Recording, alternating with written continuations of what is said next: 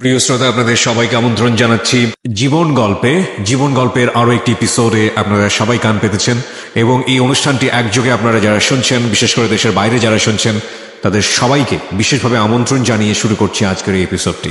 তো অনুষ্ঠানের শুরুতেই আমি বিশেষভাবে আজকে আপনাদেরকে অনুরোধ করব যে এই অনুষ্ঠানের পুরোটা সময় জুড়ে আপনারা আমাদের সঙ্গে থাকবেন। কথা না বাড়িয়ে যিনি গেস্ট রয়েছেন তার সঙ্গে আমরা শুরুতে একটু পরিচিত হব। জি, প্রথমে আপনার নামটা একটু বলেন। আমার নাম আজহার। আজহার, বয়স কত? বয়স আনুমানিক 49। জি, শুরু করেন ছোটবেলা থেকে, একদম ছোটবেলা থেকে। আমি যখন থেকে বুঝি আর কি, মোটামুটি তখন থেকে বুঝি। জি। তো আমি যখন থেকে বুঝি তখন আমরা দুই বোন এক ভাই। দুই বোন এক ভাই। আর ছোট থেকে দেখতাম আমার বাবা অসুস্থ। আচ্ছা। তো মাঝে মধ্যেই দেখতাম এরা জলচকের মধ্যে শোয়াইয়া নিয়ে দিত। জলচকের মধ্যে শোয়া? হ্যাঁ, জলচক। তো রাস্তাঘাট খারাপ ছিল। জি। তো এক বাবের এক ছেলে ছিলাম, সবাই আদর করত। তো এইভাবে চলতে থাকলো। ক্লাস 1 আমার ভর্তি করে দেয়। 1, 2তে যখন আমি পড়ি তখন থেকেই মনে করেন যে আমার জীবনে অন্ধকার নেমে আসে। কি সেটা ঘটনা কি ঘটছে? যে প্রতিবারই আব্বা অসুস্থ, তা গ্রামের মানুষ আসে আব্বারে বোঝায় যে তোমার অপারেশন হওয়ার সামর্থ্য আছে, তুমি অপারেশন হও না কেন? তা আব্বা ছিল অনেক ভীতু। তো যতবারই লোকজন বোঝাইতো একবার যে আব্বা রাজি হয় যে আমি যে ঠিক আছে অপারেশন হবো। যেহেতু বাবা কি করতো আপনার? বাবা ব্যবসা, কাপড়ের ব্যবসা ওই সময়টাতে? হ্যাঁ। প্রথমে আবার বাপসা চাকরি, এটা বলিনি। বড় চাচা সরকারি চাকরি করতো, মেজো চাচা ব্যবসা করতো, আর আমার বাবা ব্যবসা করতো। তো অপারেশন যখন প্রথম অপারেশন বা সিদ্ধান্ত নিল, সব মানুষে বুঝে আর কি রাজি করতে পারে যে অপারেশন হতে যান আপনি, যেহেতু সামর্থ্য আছে। কিন্তু আব্বা ভীতু ছিল, মরে দেবো, আমি অপারেশন হবো না। অপারেশনে তখন অপারেশন ছিল রিক্স, তখনকার জামানা অপারেশন আধুনিক ছিল না, ভয় পাইত। যে এক পর্যায়ে রাজি করে। তা মা জমি দাবি করে যে আমার জমি লিখে না দিলে আমি অপারেশনতে যাইতে দেবো না। আপনার মা তখন আমার বাবা 15% জমি মার নামে লিখে দেয়, পরে অপারেশন হওয়ার জন্য যায়। তো পরের দিন আমার নিয়ে যায়। তা আমার দেখে আব্বা অনেক কান্দাকাটি করে যে মরে যে জায়গায় তুমি তো অনেক ছোট। ডাক্তার বলে 8 দিন পরে অপারেশন করে লোক, 1 সপ্তাহ পরে। তা আব্বা গেছে, একদিন রয়েছে। দ্বিতীয় দিনই একটা রোগী অপারেশন হয়েছে, আব্বার পাশের সিটে শোয়াইছে তার। তো এটা দেখে আব্বা অস্থির হয়ে গেছে, না আমি আর অপারেশন হবো না। এই যে দেখে ভয় পাইল, না আমি অপারেশন না, মরে যাবো। তারপরের দিনে আবার গেছি, চাচা নিয়ে গেছে, এখন কইতেছে 5 তালা থেকে হয় লাভ দিয়ে মরমু, না আমার দিকে নিয়ে যাও, আমি অপারেশন হবো না। এক পর্যায়ে বাধ্য হয়েছে তারা ফেরত আনতে। আচ্ছা আইলো, করলোই না সে না অপারেশন করলো, করবে না সে, এই যে ভয় পেল। কিন্তু জমি কিন্তু একবার লেখে নেওয়া শেষ। ওকে। তারপরে কিছুদিন এভাবে চলতো। আমি ক্লাস 3তে উঠলাম। তা আমার পড়াশোনায় আমি ইংরেজিটা আমার মাথায় কোনো কাজই করতো না। আমি সবটাই ভালো করতাম, কিন্তু ইংরেজি আমি বুঝতাম না। এটা নিয়ে খুব টেনশনে আছি যে সবাই পারে, আমি কেন পারি না। সবটাই ভালো করি কিন্তু এটা পারি না, এটা আমার কোনো মাথায় কোনো কাজই করে না। আমি একদিন দুপুরবেলা ক্লাস শেষ করে, প্রচন্ড রোদ, যেহেতু আমার বয়স ছোট, আর আমার সময় তো জানেনি 8 বছর 9 বছরের আগে কেউ স্কুলে যায় না ওই বয়সটা, ওই সময়টাতে। এত 5 বছর ছেলে স্কুলে পড়ায়। তা আমি আসতেছি, মাথায় শার্টটা খুলে মাথায় দিয়ে বইটি হাতে নিয়ে আসতেছি। তা আমার বাড়ির পাশে মুদির দোকান আছে, ওখানে এসে আমি বসছি। তা আমি দেখতেছি যে দক্ষিণ মুখ থেকে একটা রুগী আসতেছে, জলচকের মধ্যে শয়ে কাঁধে করে নিয়ে আসতেছে, ফিরত আসতেছে। পাশাপাশি তার বউ কান্নাকাটি করে আসতেছে, আরো কিছু লোকজন তার আছে। আইসা আমাদের দোকানের সামনে এনে বসাইছে। কিন্তু লোকটা হয়তো আমার পার্শ্ববর্তী গ্রামের পরিচিত, আমার গোষ্ঠী রাজনৈতিক গোষ্ঠী, এরা এই গোষ্ঠীর সাথে যাতায়াত করত। আমি এই হিসাবে তার চিন্তা করি, নাম জানতাম না। তো লোকটা বসানোর পরে সমস্ত লোকই তারা ঘিরে ধরছে। রুগীও তারা বলতেছে, রুগীও বলতেছে যে আপনার একটা আসেন তো দিকে, আমার ওয়াইফ একটু বুঝান তো আপনারা। কি বুঝাবো? কয় দেখো আমার তো ক্যান্সার হয়েছে, সবাই জানো তোমরা, যেহেতু মুরব্বী সবাই, আমি তো ছোট, তোমার ক্যান্সার হয়েছে, আমার বাঁচার আর কোনো সুযোগ নেই। তা আমি তো মরে যাবো, আমার সমস্ত কিছু বেঁচে তো আমার চিকিৎসা পাতি করতে করতে আমার পরিবারটা ধ্বংস হয়ে গেল। এখন অলরেডি 4 বিঘা জমি আছে। তাইলে আমি আমার ওয়াইফরে বলতেছি যে এই 4 বিঘা জমি তুই থাক, 2টা ছেলে আছে, এরা ভাগটা তো খেত থেকে হবে, জমির থেকে ভাগটা তো পাবে। তা আমার ওয়াইফটা বুঝতে চায় না, আমার অনেকটা বুঝান। কারণ আমি যদি বাঁচতাম, আমার এই মনে রয়েছে ডাক্তার ফেরত দিছি, তাহলে আমার নিয়ে কেন এই নিয়ে টানাটানি কেন করে? আমি তো মরেই যাবো, বাঁচার যেহেতু কোনো সুযোগ নেই। হ্যাঁ, তো ঠিকই বলছে, তো মরে যাবো, বাঁচার তার কোনো সুযোগ নেই। অনেক জমি তো নষ্ট করে দিচ্ছেন, 4 বিঘা জমি সার বেছেন না। তখন এই মহিলা বললো যে আমার স্বামী যদি 1 ঘন্টা বেঁচে থাকে, এটাই আমার না। আপনারা কি বুঝাবেন আমার? তো মহিলা বলতেছে আমার স্বামী যদি 1 ঘন্টা বেঁচে থাকে, তারপরে আমরা 1% জমি থাকতে আমি তার চিকিৎসা বন্ধ করবো না। 1 ঘন্টা বেঁচে থাকলে ওইটাই আমার লাভ। তারপর বাকি মরে যাবো, কি করে খামো না খামো এটা পরে। এই কথা করে চলে গেল। আমি বাড়িতে আসলাম, আইসা দেখতেছি যে আব্বার অসুখ একটু ভার। তা আব্বা কইতেছে যে গোপালপুর একটা ডাক্তার আসছে হোমিওপ্যাথি, আমেরিকা থেকে ট্রেনিং নিয়ে আসছে, তাহলে ও চিকিৎসক। তো সুন্দর কথা, তা আমার করলো যে তুমি সাইকেল নিয়ে যাইতে পারবা। আমি বললাম একটা লোক দিয়ে দিলাম, আমার বৎসরিক একটা কামলা ছিল, যে বৎসরি হেরে দিয়ে আমার পাঠাই দিল। পরে যাইয়া আমরা ওষুধ নিয়ে এলাম। তো ওষুধ খাইতে থাকলো আব্বা।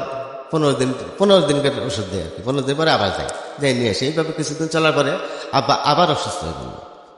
তা আবার অসুস্থ হয়ে বললো, এমন ভাবে বললো, আবার তার লোকজন আত্মীয় বুঝাতে শুরু করলো, তুমি একবার যে অপারেশন হইলে না, ফেরত আসলা, তোমার হয়েছে নাকি, তুমি অপারেশন হও না কেন, কোন রুগীটা মারা গেছে। পরে 1 বছরের মধ্যে আবার সিদ্ধান্ত নিল সে অপারেশন হইতে যাবে। দেখ চিকিৎসা মর্ম সবাই যেন কইতেছে যা। তখন মা আবার দাবি করে বলে, আমার জমি লেখা না দিলে আমি চাইতে দেবো না।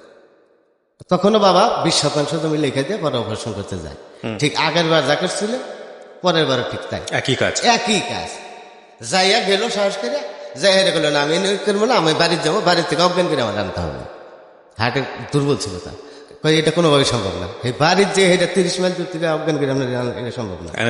হ্যাঁ, কোনোভাবে সে রাজি না, আমি অবস্থা হবো না, আমি যাবো কয়জন মরবো। আবার তারা ফেরত আনতে বাধ্য হইল, অথচ জমি 2 বার লিখে নিল মা। তো এইভাবে চলতে থাকো। আবার এসে হোমিওপ্যাথি চিকিৎসা শুরু করলো। আমি তখন ক্লাস 4 পড়ি।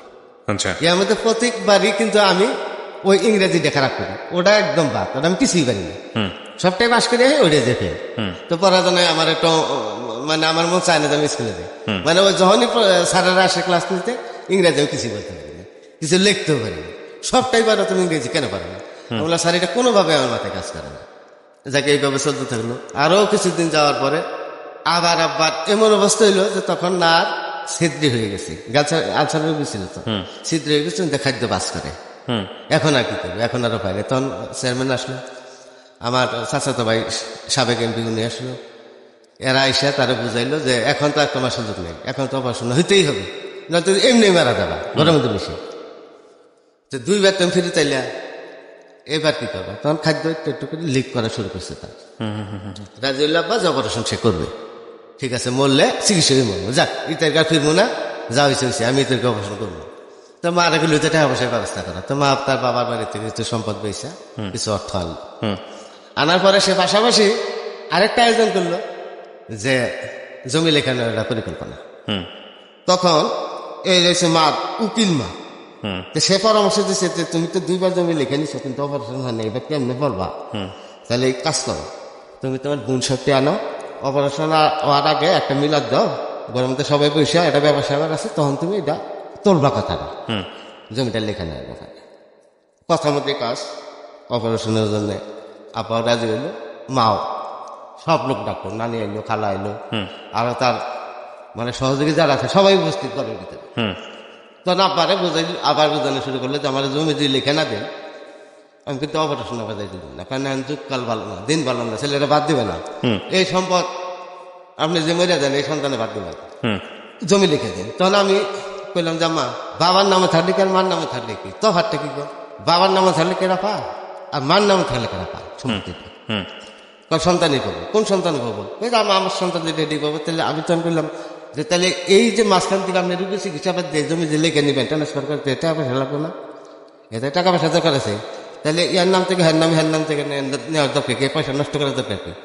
এমনি যে আমরা চিকিৎসা করতে করতে আমরা 3 বাচ্চা ছাড়া 3 ভাই সবচেয়ে আমরা নিই, হ্যাঁ আরো সচেতন। এই কথা আমি বলার পরে হ্যাঁ আমার প্রতি একটু ক্ষিপ্ত হইল, এই তুই কি বুঝবি, যা বাইরে। আমি বাইরে চলে গেছি। তারপরে বুঝে আপনি যদি জমি না দেন আখেরে দাবি থাকবে না, মারা যায়, জমি অবশ্যই আমার লেগে দেন নেবো, নইলে আমি কিন্তু না। এটা হচ্ছে আপনার মা বলতেছে।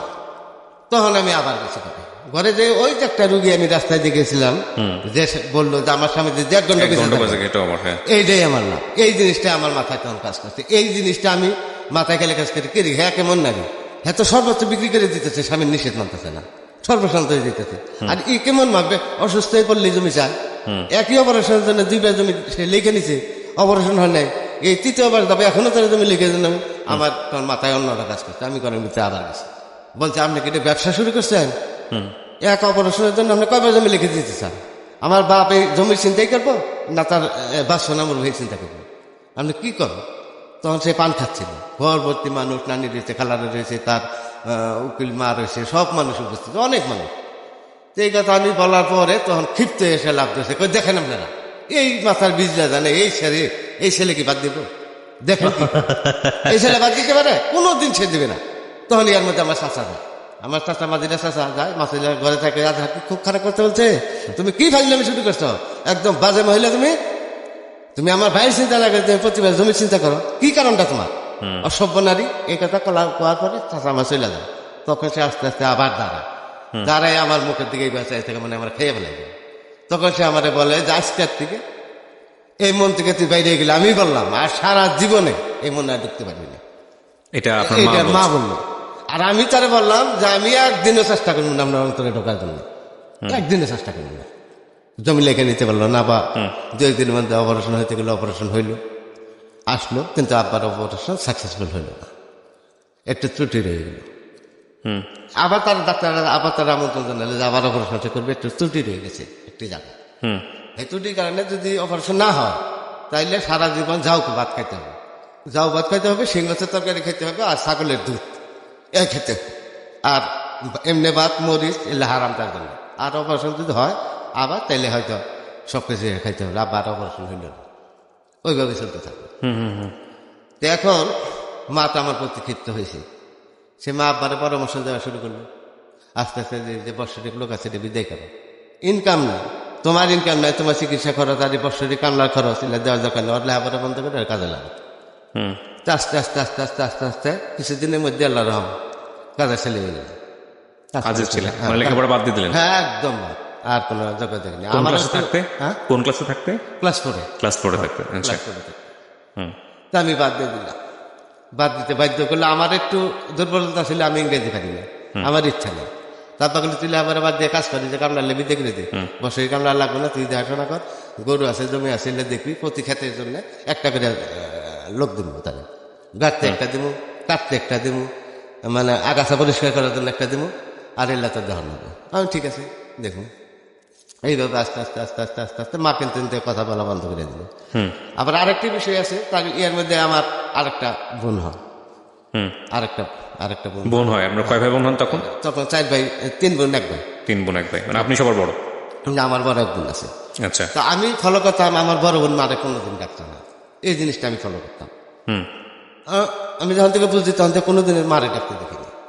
আচ্ছা, মা করে ডাকে না, কারণ কি? আমি অনেকদিন প্রশ্ন করলাম, এই যেহেতু আমার সাথে ফ্যাকশনটা বাইরে গেল, আমার জমির ব্যাপার নিয়ে লেখালেখি, মারে আমি আরো প্রশ্ন করলাম আমার বোনের নাম হচ্ছে হেনা, যে বুবু তুমি কেমনে মারে না ডেকে থাকো, আমি তো অনেক চেষ্টা করে পারি না, ঘুরে ঘুরে তার ডাক দেখা না, আর হ্যাঁ তো আবার দেখতে পারি না, জমির ব্যাপার নিয়ে না, তুমি কেমনে থাকো? কয় যে আমি কেমনে থেকে জানা তো দরকার নেই, তুই ডাকবি না ডাকবি তোর ব্যাপার। মানে কি সমস্যা হয়েছিল আপনার বোনের সাথে? হ্যাঁ, সমস্যা আমি আর জানি, আমি কোনোদিনই জানি দেখি নেই যে তা হ্যাঁ মারে ডাকতে। খাইতে বসতাম একসাথে, ভাত বসতো, মা ভাত দিত, ভাত ফুরে গেলে হ্যাঁ প্লেট আগাই দিত, ধাক্কা দিয়ে সামান্য দিকে দিত, ভাত দিত আবার টান দিত, কিন্তু বলতো না ভাত দেন, কথাই বলতো না। হ্যাঁ, কোনো কথাই বলতো না। কি কারণে এটা আমি আর দেখিনি, বুঝিও না, সে বললো না। আমি মানে যখন থেকে বুঝি তখন থেকে এই সিস্টেম দেখি। আচ্ছা, আর ছোট বোনেরা সে অনেক আদর করে, মা যা বলে তাই কয়, তাই ওদের অনুসরণ করে। আর আমি তো প্রতিবাদী, আমি তো জমির ব্যাপার নিয়ে তো ফ্যাকশনটা বাজলে, সে তো বলছি আমার যে সারা জন্য আমি আর ঢুকতে পারবো না। আমারও মনে আছে, আমিও বললাম যে একদিনের চেষ্টা করবো না আপনার মনে ঢোকার জন্য, এটা আমার মাথায় আছে। আমি কোনোদিনও ধনী মানুষের সাথে, আমার গোষ্ঠীর যে লোকজন তাদের সাথে আমি কোনোদিনই চলি না, আমি শান্তি পাই না তাদের সাথে চলি, আমি শুধু গরিব মানুষের সাথে চলি। গরিব মানুষের সাথে চলি মানে যাবা বলে যে ওই আমাকে কামড়ানো আসছে, তো যাই হেরা যাই দেখি যে অনেক হাসি খুশি, গরিব তাতে করে খাবার নাই, কালকে খাবার নেই, আবার 4টার দিকে যাই কামলা ডাকতে যাই, যে কমাই গেছে। তো বলি আমি যে কালকে কামলা দিতে পারবে, শুয়ে পড়ছে, ঘুমাই গেছি, যে আপনাদের করে খাবার নাই, না খাই থাকেন আপনার এত সকালে ঘুমাই কেমনে? আর আমার দেহি না রাত 12টা পর্যন্ত মিটিং করে, এতে তো কোনো শান্তি নেই, আপনাদের এত শান্তি করতে পারেন আপনারা। আমার মাথা গেলে এলে কাজ করতে, গরিবরা এত শান্তি করতে পারে, এত শান্তি। আমি এই থেকে গরিব মানুষের পছন্দ, আমি গরিব মানুষের সাথে বেশি সারাদিন ওই একটা করে প্রত্যেকটা জমিতে একটা করে লোক দেয়, একটা করে লোক নেই, আর তাদের সাথে কাজ করি। আবার প্রতি সন্ধ্যা হইলে তাদের বাড়িতে বেরোতে দিই, কার কি সমস্যা আছে দেখি, ই করি। এদেরকে আমার খুব ভালো লাগলো, সমাজ থেকে আমি আর বিচ্ছিন্ন হয়ে গেলাম। পুরা গোষ্ঠী থেকে আমার ফকির গোষ্ঠী, আমরা এমনি 26টা বাড়ি, এই 26টা বাড়ি কোনো লোকের সাথে আমার সমাবেশী সমস্ত পলায়নের সাথে আমার কোনো সম্পর্ক নেই, শুধু সম্পর্ক কামলা জামলার সাথে। তা আমার দেখলে ওরা টিটকারি দিত, কিরি তোর সঙ্গ খালি ফকির মিসকিনের সাথে, কামলা জামলার সাথে, তোর কারণ কি? তুই তো গোষ্ঠীর কলঙ্ক দিই, জায়গা এইভাবে যাই কাজ করি। আর আব্বা আমার বাপ ব্যাপারে কোনো কথাই বলতে পারে না, কোনো কথাই বলতে পারে না। যে ছেলেটা কাজ করছে, তাহলে বেলা কাজ করছে, বিকালবেলা একটু করুক না খেলুক না, খেলতে দেবে না, না কোনো খেলা খেলি নেই। আর আর খেলে কি তো এইভাবে। আর ছোট যে দুইটা আছে আমার, এই দুইটাই তো আমার সাথে খুব আচরণ করে। মা খারাপ আচরণ করে, হ্যাঁ খারাপ আচরণ করে, ওই ডাঙ্গর বাড়ি কাম না, ও কাম করবো আর খাবো, আর কি, আর কোনো ই নেই, স্বাধীনতা নেই। তো এইভাবে চলতে থাকি। তো আমি ওই বিকালে গরু আছে, গরু খাবার কেটে ওই সাইডে বসে বসে ঝুমাই থেকে বাচ্চারা উঠান বাড়িতে খেলতে থাকে, আমি ওই সাইডে বসে থাকি। এর মধ্যে করে কি আমার বাড়ির সাথে পশ্চিমে যে একটা বাড়ি আছে, আমার দাদা হয় চাচাতো দাদা, সেই বাড়িতে একটা কামলা নিচে, অনেক বয়স্ক, 40-এর উপরে বয়স। এরকম একটা কামলা নিচে 1 বছরের নামে। তো ওই লোকটা 15 দিন ধরে আইসে, হ্যাঁ কাজ করে ওই বেরবেরি, আমি কাজ করি এই বেরবেরি, সব পোলাহান খেলে, আমি ওই জায়গায় কোনারে বসে থাকি আর চিন্তা করি, খালি চিন্তা একটাই, যে সব মা একরকম, আমার মা এইরকম কেন, এটা হইলে আমার দুঃখটা, এটা সবসময় মাথায় কাজ করতো। এর ভিতরে কোনো দমে নেই, এই জিনিসটা আমার মাথায় কাজ, আমি ওই বেকালে ঘুমাইতে থাকতাম। তো ওই করিম এই যে আমার পাশে, মানে পশ্চিমে যে বাড়িটা, এই বাড়িটা কিন্তু 1 বছরের নামে লাগছে, 15 দিন ধরে লাগছে মাত্র। ওই কামলাটা আমার ফলো করছে, ফলো করে একদিন আমার ডাকছে, এইদিকে আসলেন, কি এত চিন্তা করেন এদিকে বসে, আপনি কোন বাড়ি কাজ করেন? আমি কিছু এই বাড়ি কাজ করি। এই বাড়ি কাজ করেন? কত দিন ধরে কাজ করেন? কি বেতন দেয়? কিন্তু আমার খুব একটা বেতন দেয় না, বেতন দেয় না, খালি খায়। কিরকম কথা এটা, আপনার না ভালোই বড়, আপনার কিছুই বেতন দেন? আমি বললাম না। আমি বললাম তাহলে আপনি করেন? আমি তুই আপনাকে পশ্চিম বাড়ি লাগছে 1 বছরের নামে, অনেকটা বেতনের কথা বললো। তো আমি বললাম ঠিক আছে, কাজ করবেন, অসুবিধা নেই। তো ওই কামলাটা দুপুরে খাইতে গেছে আমার দাদির কাছে, দাদি খাইতে দেয়। তো খাইতে সময় ওই কামলাটা প্রশ্ন করছে যে দাদি, পূবের বাড়ি একটা কামলা আছে না, ওই যে ছেলেরা ওই যে গরুর ওই জায়গায় খালি পয়সা থাকে আর চিন্তা করে, এই লোকটা বলে বেতন দেয় না, কি কারণটা কি? এটা তো কথাও ঠিক মতো বলে না, করে এটা পাগল, এটা এই বাড়িকার ছেলে, কি করেন আপনি এই বাড়িকার ছেলে? না আসি 15 দিন ধরে খালি যে জায়গায় থেকে বাচ্চারা খেলাধুলা করে, হাতে কোনো খেলা নেই, গরু খাবার দিয়ে অন্য পয়সা থাকে, কি চিন্তা করে এত? ওরে পাগল, জমি সংক্রান্ত ব্যাপার নিয়ে আমার সাথে বিরোধ হয়েছে ছোট থেকে। আচ্ছা, হেন থেকে এটা দেখতে পারেন, আস্তে আস্তে কাজের ছেলে বানিয়ে ফেলাইছে, সব কামলা বিদায় করে কাজের ছেলে বানিয়ে ফেলাইছে। আচ্ছা, এই বেরিকে পোলা, হ্যাঁ না দাদি এটা কি করেন? এই বেরিকে পোলা দেখতে কালো শুকনো, এই বেরিকে পোলা এটা কি কর? তা খাওয়া বাদ দিয়ে উঠেছে, আমার এসে এই আমি বলি বেরিকে পোলা, আপনি কোন কামলা এই বেরিকে কি করেন? আমি বললো হরে ভাই, আমি বেরিকে কামলা, এই বেরিকের কাজ করি। দেন নামনে আবার গেছে জায়গা, দাদি আপনি আমার সাথে আর কি করে, এই বাড়িকার কামলা কই নামনে, এই বাড়িকার পোলা কই নামনে, আর হ্যাঁ কয় কামলা, এটা কিনে কথা কত সত্যি কসম করে কথা, তুমি বিশ্বাস করো, এটা এই বাড়িকার বড় ছেলে, জমি লিখে নিয়ে 2বার জমি লিখে নিচ্ছে, অপারেশন হয় নাই, আবার জমি লিখে নিতে আপনার অবস্থার কথা বলছি, বইলে ওরা বুঝাইছি। পরে আস্তে আস্তে আস্তে লোকজন বিদায় করে দিয়ে আর কামলা খালি হারিয়েছে অনেকদিন ধরে এই অবস্থায়। বাড়িতে যায় না, খালি খাইতে সব ভিতরে যায়, খাটে থাকে, খাবার দেয়, পরে বাইরে এই করে। আর আঙ্গর সাথে মিশে, আর বাড়ির কারোর সাথে মিশে না, কোনো ভাই বোনের সাথে সে কথা বলে না, বাপের সাথে 2-1টা হলে মায় কোনো কথাই বলে না। তাই নাকি, কি করেন? পরে আবার লোক পাইছে, আমার শেষ রে তার কাছে নিছে, তার বাড়ি বেরিয়ে নিছে, তার যা থাকার যে ঘর দিচ্ছে, 1 সাইডে ঘর আর 1 সাইডে গরু থাকে, ওই ঘরে নিয়ে উঠেছে। আপনি কি করেন না, এই বেরিয়ে বললাম না, আমি কোনো হ মানছে কয়, আমি কই না, এটা কেমনে সম্ভব? আমি হওয়া সবই সম্ভব। কয় তাহলে কাজ করেন, কোনো বেতন দিয়ে দেয় না? আমি কেন না, কোনো বেতন দিয়ে দেয় না। তো বেতন দিয়ে দেয় না, কেমনে থাকেন তাহলে? আপনি কাজ করি, ভাত খাই, ওই অন্য জায়গায় আমি আপনার কামের ব্যবস্থা করে দিই, অনেক দূরে, আমি আগে যেন কাজ করতাম, কাজের ব্যবস্থা করে 3000 টাকা 1 বছরে দিব আপনাকে। আমি বললাম না, এটা সম্ভব না, নিজের বাড়ি কাজ করি, হাঁটাহাঁটা বিষয়, আর পরে বাড়ি কাজ করি, এটা কোনোভাবে সম্ভব না। তখন ওই লোকটা 2-3 দিন পরে আমার একটা প্রস্তাব দেয়, আমার একটা কথা রাখবেন। আমি এত ছোট আমি, আর আপনি হইলেন এত বয়স্ক মানুষ, আমার হাতে আপনি বন্ধুত্ব করবেন। এখন কিরকম বন্ধু? ভালো বন্ধু, আজকে থেকে আপনি আমার তুই করে করবেন, আমি আপনার তুই করে করবেন, এটা কোনো কথা হইল? আমি এলাম এত ছোট বয়স, আর আপনার 40 বছর বয়সের উপরে আনবেন, আপনারা তুই করে আমি কি করে কাজ বন্ধুত্ব সব চলে। তা আপনি রাজি হইলেন, তা আমি কি সম্ভব? হ্যাঁ ভালো বন্ধু। কিরম বন্ধু? ভালো বন্ধু। এক পর্যায়ে আমি রাজি হইলাম যে ঠিক আছে বন্ধু, এখন ওর সাথে মিশি করি। তখন এইভাবে চলতে থাকে, এইভাবে চলতে চলতে চলতে চলতে ইয়ার মধ্যে আমাদের গোষ্ঠীর একটা লোক, মানে খারাপ একটা লোক, একটা গরিব মানুষের মারে, পিটনা দিতে যায়, নিজে সে পিটনা খায়। তখন গণ্যমান্য গোষ্ঠী ছেলে যে একটা কামলার হাতে মার খেলে গেছে, কিন্তু মারতে কিন্তু যায় উল্টা যে মার খাইছে। আচ্ছা, খাওয়ার পরে লজ্জাটা এলাকার সবাই জানলো, গণ্যমান্য সবাই জানলো যে স্বপনেরে গোলাবালি মারছে। তো কামলায় আঙ্গুর গোষ্ঠীর মানুষ মারা কি করে সাহস পায় খালি এনে শুনতেছি আমি তো কারোর সাথে মিশি না পরে গোলাবলি ডাকছি একটা সালিশের ব্যবস্থা করছে তারা ডাকছে ডাকার পরে তুমি স্বপনের গায়ে হাত তুলছো কেন কারণ আমি স্বপনের গায়ে হাত তুললে স্বপনে এমন মারছে যেমনি হোক ওই কামলাটা দোষী রেখে এটা সচ্ছল পরিবারের পোলাইফানের মারলো একটা লেবারের লোকে কি করে সম্ভব যে গোলাবেলিরে দোষী টিকে গোলাবেলিরে প্রচন্ড মার দিল মার দেওয়ার পরে গোলাবেলিরে তার পরিবার পরিজন ধরে ধরে বাড়িতে নিয়ে গেছে রাত্রে আমি গেছি তো গেলে পরে ওই বাড়িতে আমি গেছি গেলে পরে আমার দেখে আরো তারা ঝুলে উঠছে হে এই ফকির গোষ্ঠী মানুষ এসে নির্যাতিত গোষ্ঠী অন্যায়ভাবে মারে হ্যাঁ আবার দেখবার এসে আনতা তখন আর অন্য অন্য মহিলারা আছে তারা কি করলো এই আজ হয়তো ছোট থেকে গরিবের সাথে মিশে ও তো বাড়িতে কত নির্যাতিত ও তো রুগী দেখতে চর দোষ ঘরে দোষ হয় তখন সে একটু ঠান্ডা হয় আরে বললি যে চলো ডাক্তারখানায় নিয়ে যায় আমার ভাবি আছে একটা ফুফাতো ভাই বউ হ্যাঁ নাচগর প্রধান মধুপুরে চলো ওই দিকে নিয়ে যায় পরে হ্যাঁ আমি নিয়ে আসি নিয়ে ভাবির পায়ে ধরি আমি ওই দিন প্রথম ফুফাতো ভাই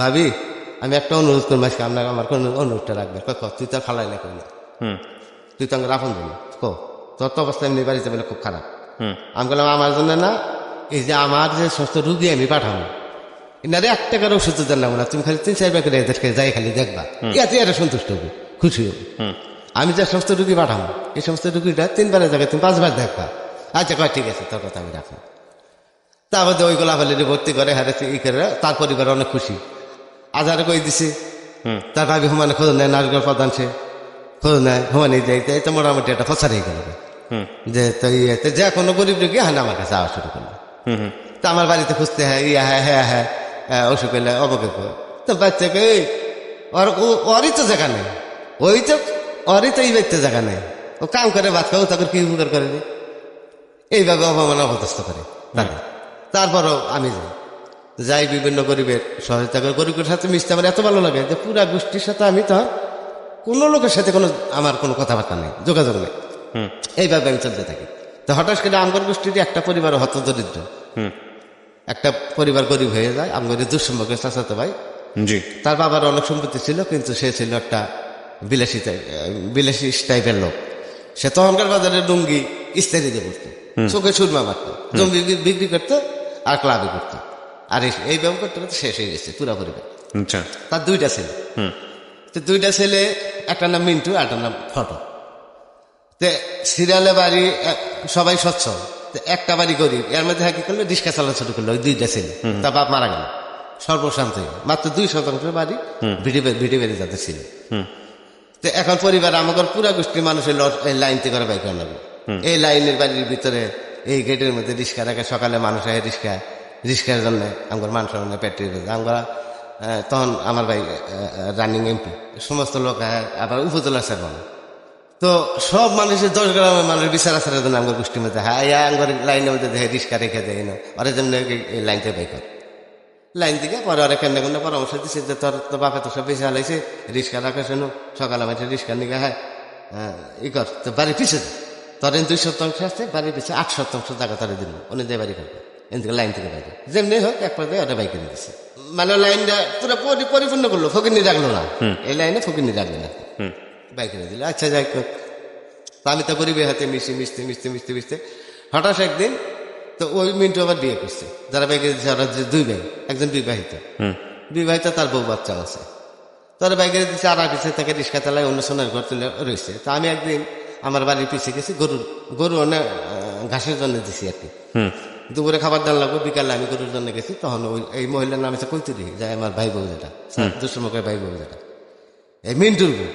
যা লাইন থেকে যা করে বাইকে দিলে এই মহিলাটা আর পিছিয়ে কঞ্চি কুটাইতেছে জ্বালানির জন্য জি তা আমি গেছি গরুর জন্য গরু খাবার দেবো বিকাল হয়ে গেছে তো গেলে আমার ডাক দিচ্ছে আজাহারি দিকাশ যে ছোট থেকে দেখি দেখতেছি তুমি খালি গরিব মানুষের সাথে মিশে কিন্তু আমরা তো গরিব না আমরা তো ধনী না আমরা যদি ধনী হইতো তোমার লাইন থেকে তো বাইকে দিতে না আমাকে আমাকে তার আফিসে দিতে না তা আমার সাথে মিশো না আমি কি করছি সব গরিবের সাথে মিশো কোনো সমাজের কোনো গোষ্ঠীর সাথে মিশো না খালি গরিব মানুষের সাথে মিশো কিন্তু আমরা তো ধনী না আমার সাথে মিশো না আঙ্গর বাড়ি আসো না তুমি কি জানো যে তোমার পালছি আমি আমগুলো না আমি তো জানি না তুমি যখন জন্ম তখন 2 জন মহিলা রাখে আমারে রাখছিল আর অমুকের মেয়ে আজগর নামের একটা লোকের কথা বললে যে আজগরের মেয়ে জয়তো এই 2 জন তোমার 2 বেলা রাখতো তখন শুই না আমি তার মুখের দিকে তাকাইতেছি কি কর তখন আইসা আমি গরুর আনাবাদ দিয়ে আমি বাড়িতে আসছি আইসা মারে কথা তেমনি বলি না। তারপরে দেখি মা উঠান করতেছে, দাঁড়াইছে, মা একটু দাঁড়ানছে। আমি যখন ছোট ছিলাম, আমি জন্মানোর পরে আমরা কারে রাখছিলাম, কৈতরি রাখছিলাম আর জয়তলে রাখছিলাম। তো কথা ঠিক পড়ে গেল। তো আবার আমি গেছি যে দেখে কঞ্চি করে দিয়েছি। আমি বললাম ভাবি কথা তো হাসায়, তাহলে জয়তন রাখেন। আমি তো জয়তনে দেখিনি, তো জয়তনে আমি দেখি কই আজগরের মেয়ে ওর বাচ্চা যায়। পরে আমি তখনই গরুটা আইনা গরু খাবার দিয়ে হেরা হে আজগরে দেখতে গেছি।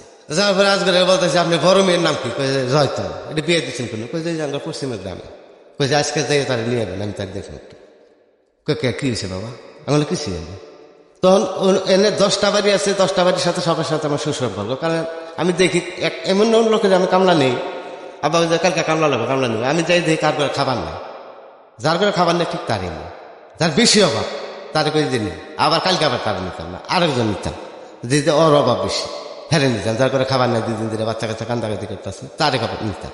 তো আজকের করলে ঠিক আছে। আমি আপনার মেয়ের আমি দেখতেছি, আপনি যেমনি আজকে আমি একটা তথ্য পেয়েছি, আপনার মেয়ে আমি কোন থেকে আনবেন আমি জানি না, এখন নেবেন। ঠিক আছে আমি আজকে বিকেলে নেব। তো আজকে ঠিক আছে আমি বিকেলে যাই নেব, তুমি রাত 8টার সময় এসো। তো আমি রাত 8টার সময় আল্লাহ রহমতে নিয়েছি, মেয়েটা নিয়েছি। তখন আমি যাইয়া যে মহিলাটা খাটো করে আমি তার পায়ে হাত দিয়ে সালাম করি। সালাম করলে হ্যাঁ অনেক খুশি, তুমি কে? আমি অমুকের বললাম। হ্যাঁ তোমার তো আমি পারছি। আমি বলে এইটা তো জানলাম আমি আজকে। তো যাই হোক তার সাথে কথা বললাম, তার প্রতি শ্রদ্ধার মানে শেষ নেই। মানে এই 2টা মানুষই আমরা পালছি, মায়ের যদি আমরা পালছে তাহলে তো আমার প্রতি তার দয়া থাকতো, মায়া থাকতো না। এত সয় সম্পত্তি আর আমি যে অবস্থায় থাকি, আমার 10টা টাকা দেয় না খরচের জন্য, তাহলে এত কষ্ট করে আমি চলি, কোনো দিকে একটা সুবিধা দেয় না। এই জন্যই তো আমার মায়ের আমার প্রতি মায়া নেই। এটা আমার মনে সবসময় কাজ করে। নাহলে সবার মা এইরকম, আমার মা এইরকম কেন? আমার প্রতি দয়া মায়া নাই কেন? কি কারণে? যাই হোক এখান থেকে আমি আসলাম, আসার পরে বাড়িতে আসলাম। এখন প্রতিদিনই আমার খোঁজার জন্য মানুষ আসে, ইবারের থেকে আসে এই সমস্যা, ওবারের থেকে আসে এই সমস্যা। তো ওই আব্বা বকাবাদ্য করে, এই যা ওর জায়গা নাই, ওর এই জায়গা নাই, তখন কি উপকার করে করে ও কাম করলে খাবার দেন না, ওর আবার কি তোর করে কি উপকার করে? আবার কেউ কেউ বড় মানুষ আছে, তাকে আবার কেউ কেউ বাচ্চা পাঠাই দেয়। আমি প্রত্যেক বাড়িতে সন্ধ্যা পরে 2বার 3বার করে যাই, এই 8-10টা বাড়ি প্রতিদিনই করে যাই। হয়তো আনুমানিক 14-15 বছর বয়স হয়েছে আমার তখন। তখন আমাদের যে গোষ্ঠীর মধ্যে যে প্রত্যেকটা পরিবারের যে 2টা একটা করে বৎসরিক কামলা আছে, এরা রাত্রে একটা প্রোগ্রাম করলো যে ধনবাড়িতে যাবে সারা সিনেমা দেখতে। তুই যাবি? আমি বললাম আমি যাবো। গেলাম, যাই দেখলাম লাইলি মজনু ছবি। এই ছবি দেখা পড়লাম আরেক বিপদে। ছবি দেখছি প্রেম জড়িত ছবি। তখন ছবি দেখা রাত 1:30টার সময় দিছে, কোনো গাড়ি ঘোড়া নেই, মানুষ অনেকগুলা। আস্তে আস্তে আস্তে আস্তে হাঁটা শুরু করলাম, হাইটা যেমন চল মধুপুর 8 মিনিট, তাই সারা রাস্তা হাঁটা। আচ্ছা, রাত 1:30টার সময় তো ছবি দেখে বেরিয়েছি। তখন হাঁটা আসি, কতক্ষণ করে আসে, আর পাখার মধ্যে সবাই শুয়ে পড়ে, আমিও শুয়ে পড়ি। আবার গাড়িতে যদি একটা না আসে এত উঠি না, যদি একটা গাড়ি আসে তখন আবার উঠি। এইভাবে আস্তে আস্তে আস্তে আস্তে আস্তে মধুপুরের কাছাকাছি এসেছি। তখন ফজর নামাজ আজান দেয়। আজান দিলে এখন বড় যারা তারা করতেছি ঘর মসজিদ, বাস স্ট্যান্ডে জামে মসজিদ আছে, ওনে যে সারা রাত যাচ্ছি, এখন তো যাই শোয়ার সুযোগ নেই, বেলা উঠে গেল, সকাল থেকে কাম ধরন লাগবো। বাস স্ট্যান্ডে যাই, জামে মসজিদে যাই, হাত পাও দিয়ে পানি টানি খাইয়া পরে যায়। তো এনে আইসি, নামাজ শেষ হয়েছে। নামাজ শেষ হওয়ার পরে মসজিদের এক কোনায় একটা মহিলা নিয়ে কয়েকজন পুরুষ নাড়াচাড়া করতেছে, কথা কাটাকাটি করতেছে, বুঝতেছি না কিছু। তেন আমার সাথে বড় যারা তারা গেছে, আগে গেছে, আমিও গেছি। যাই দেখতে একটা হিন্দু মেয়ে একটা ছেলে বাইকে নিয়েছে, কোন থেকে আনছে তাও কিছুই জানি না। আয়সা ইমাম সাহেবের ধরছে মসজিদে, আমার এই মহিলাটা মুসলমান বানাই দেন এবং বিয়ে করাই দেন। ওইটা নিয়ে অনেকজন মানুষজন মুসল্লি যারা আছে তারা এই মহিলাটা মুসলমান বানাইছে। মানে হ্যাঁ জিজ্ঞেস, তুমি স্বেচ্ছায় মুসলমান হবো কিনা? হ্যাঁ আমি স্বেচ্ছায় মুসলমান হবো। তো মুসলমানের হাতে আইছো, মুসলমান ছাড়া তুমি সংসার করতে পারবে না। তো আমি দৃশ্যগুলো দেখতেছি। তো যাকে এক পর্যায়ে তাদের বিয়ে হইলো, বিয়ে হওয়ার পরে আমি ইমাম সাহেবের জিজ্ঞাসা করলাম।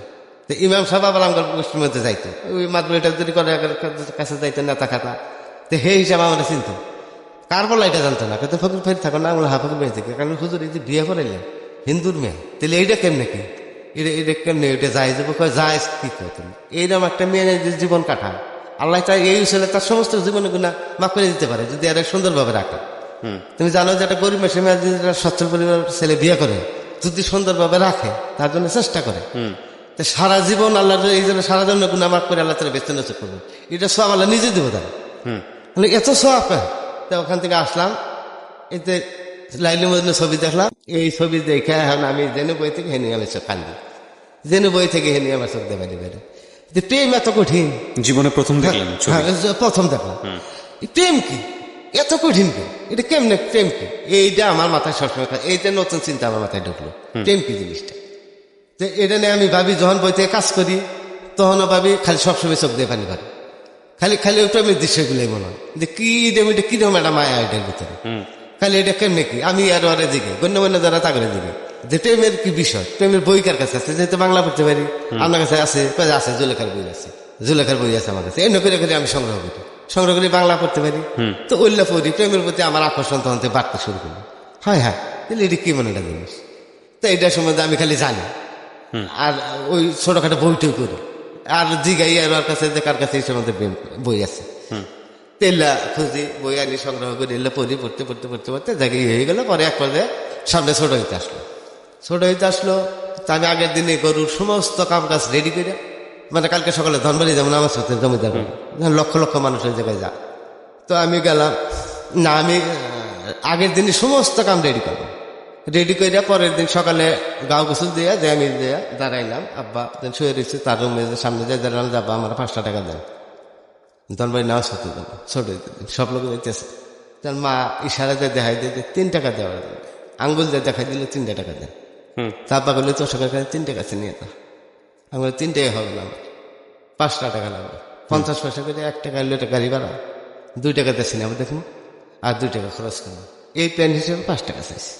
না নিলে 3 টাকা নিয়ে, নইলে দরকার নেই, দিতে পারবো না। আমি বলছি 1 বছর আমি তো কোনো টাকা দেন না, তাহলে আমার টাকা দেয়, না টাকা দেবো না, ফ্যাত করিস না, থেকে চলে যা, নিলে নিন, না নিলে যা, দূরে যা।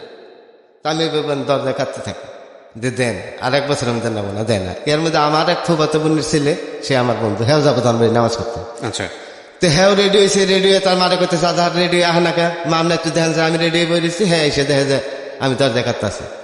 তা আমার ফুফাতো মামা ওর দেন না কে, ধনবাড়ি যাবো, নামাজে যাবো, তা 3 টাকা দিচ্ছি নিব না, 3 টাকা দিবেন কেমন, 1 বছরের টাকা দেয় বাবা, খাটাই দিচ্ছেন, অন্যটা মানুষ যা কাম করেছেন না জীবন ভাড়া, কি করে পয়সা দেন না, তো কিছুই দিন না, আপনার এত হারাম হয়েছেন, এত সীমার করে টাকা দেন, না 3 টাকা নিলে নেই, না নেই না, আমি দরজা কাটতে থাকি, তারা বোন আমার শেষ রেখে তার বাড়িতে নিয়ে যায়, ফুফাতো বোন নিয়ে যাচ্ছে, 10 টাকা দেয় না, এর মধ্যে আমি বলতে আজকে যে টাকা না দেন সারা জীবনে আর আমি এমন করে টাকা চাবো না, কই যে বাঘের বাচ্চার মতো কথা বলছিস তুই, আমার বাঘে পুরুষের মতো কথা বলছিস, যে কথাটা বললি যে জীবনের টাকা চাবি না, আমি 5 টাকা দিলাম না, তাই তো তুই জীবনের টাকা চাবি না, বাপ তখন সুস্থ, হ্যাঁ সুস্থ হইলেও প্রতিবন্ধীর মতোই সে, কারণ ওই মার কথা বাইরে যেতে পারে না, ওই তার খাবার আলাদা, যাও পক্ষে দেন লাগে, তাছাড়া খাইতে পারে না, মার কথা বাইরে যেতে পারে না, ওই যে মা ইশারাতে দেওয়া দিচ্ছে 3 টাকা দেওয়ার জন্য, আর তার ক্ষমতা নেই 3 টাকার বাইরে দেওয়ার জন্য।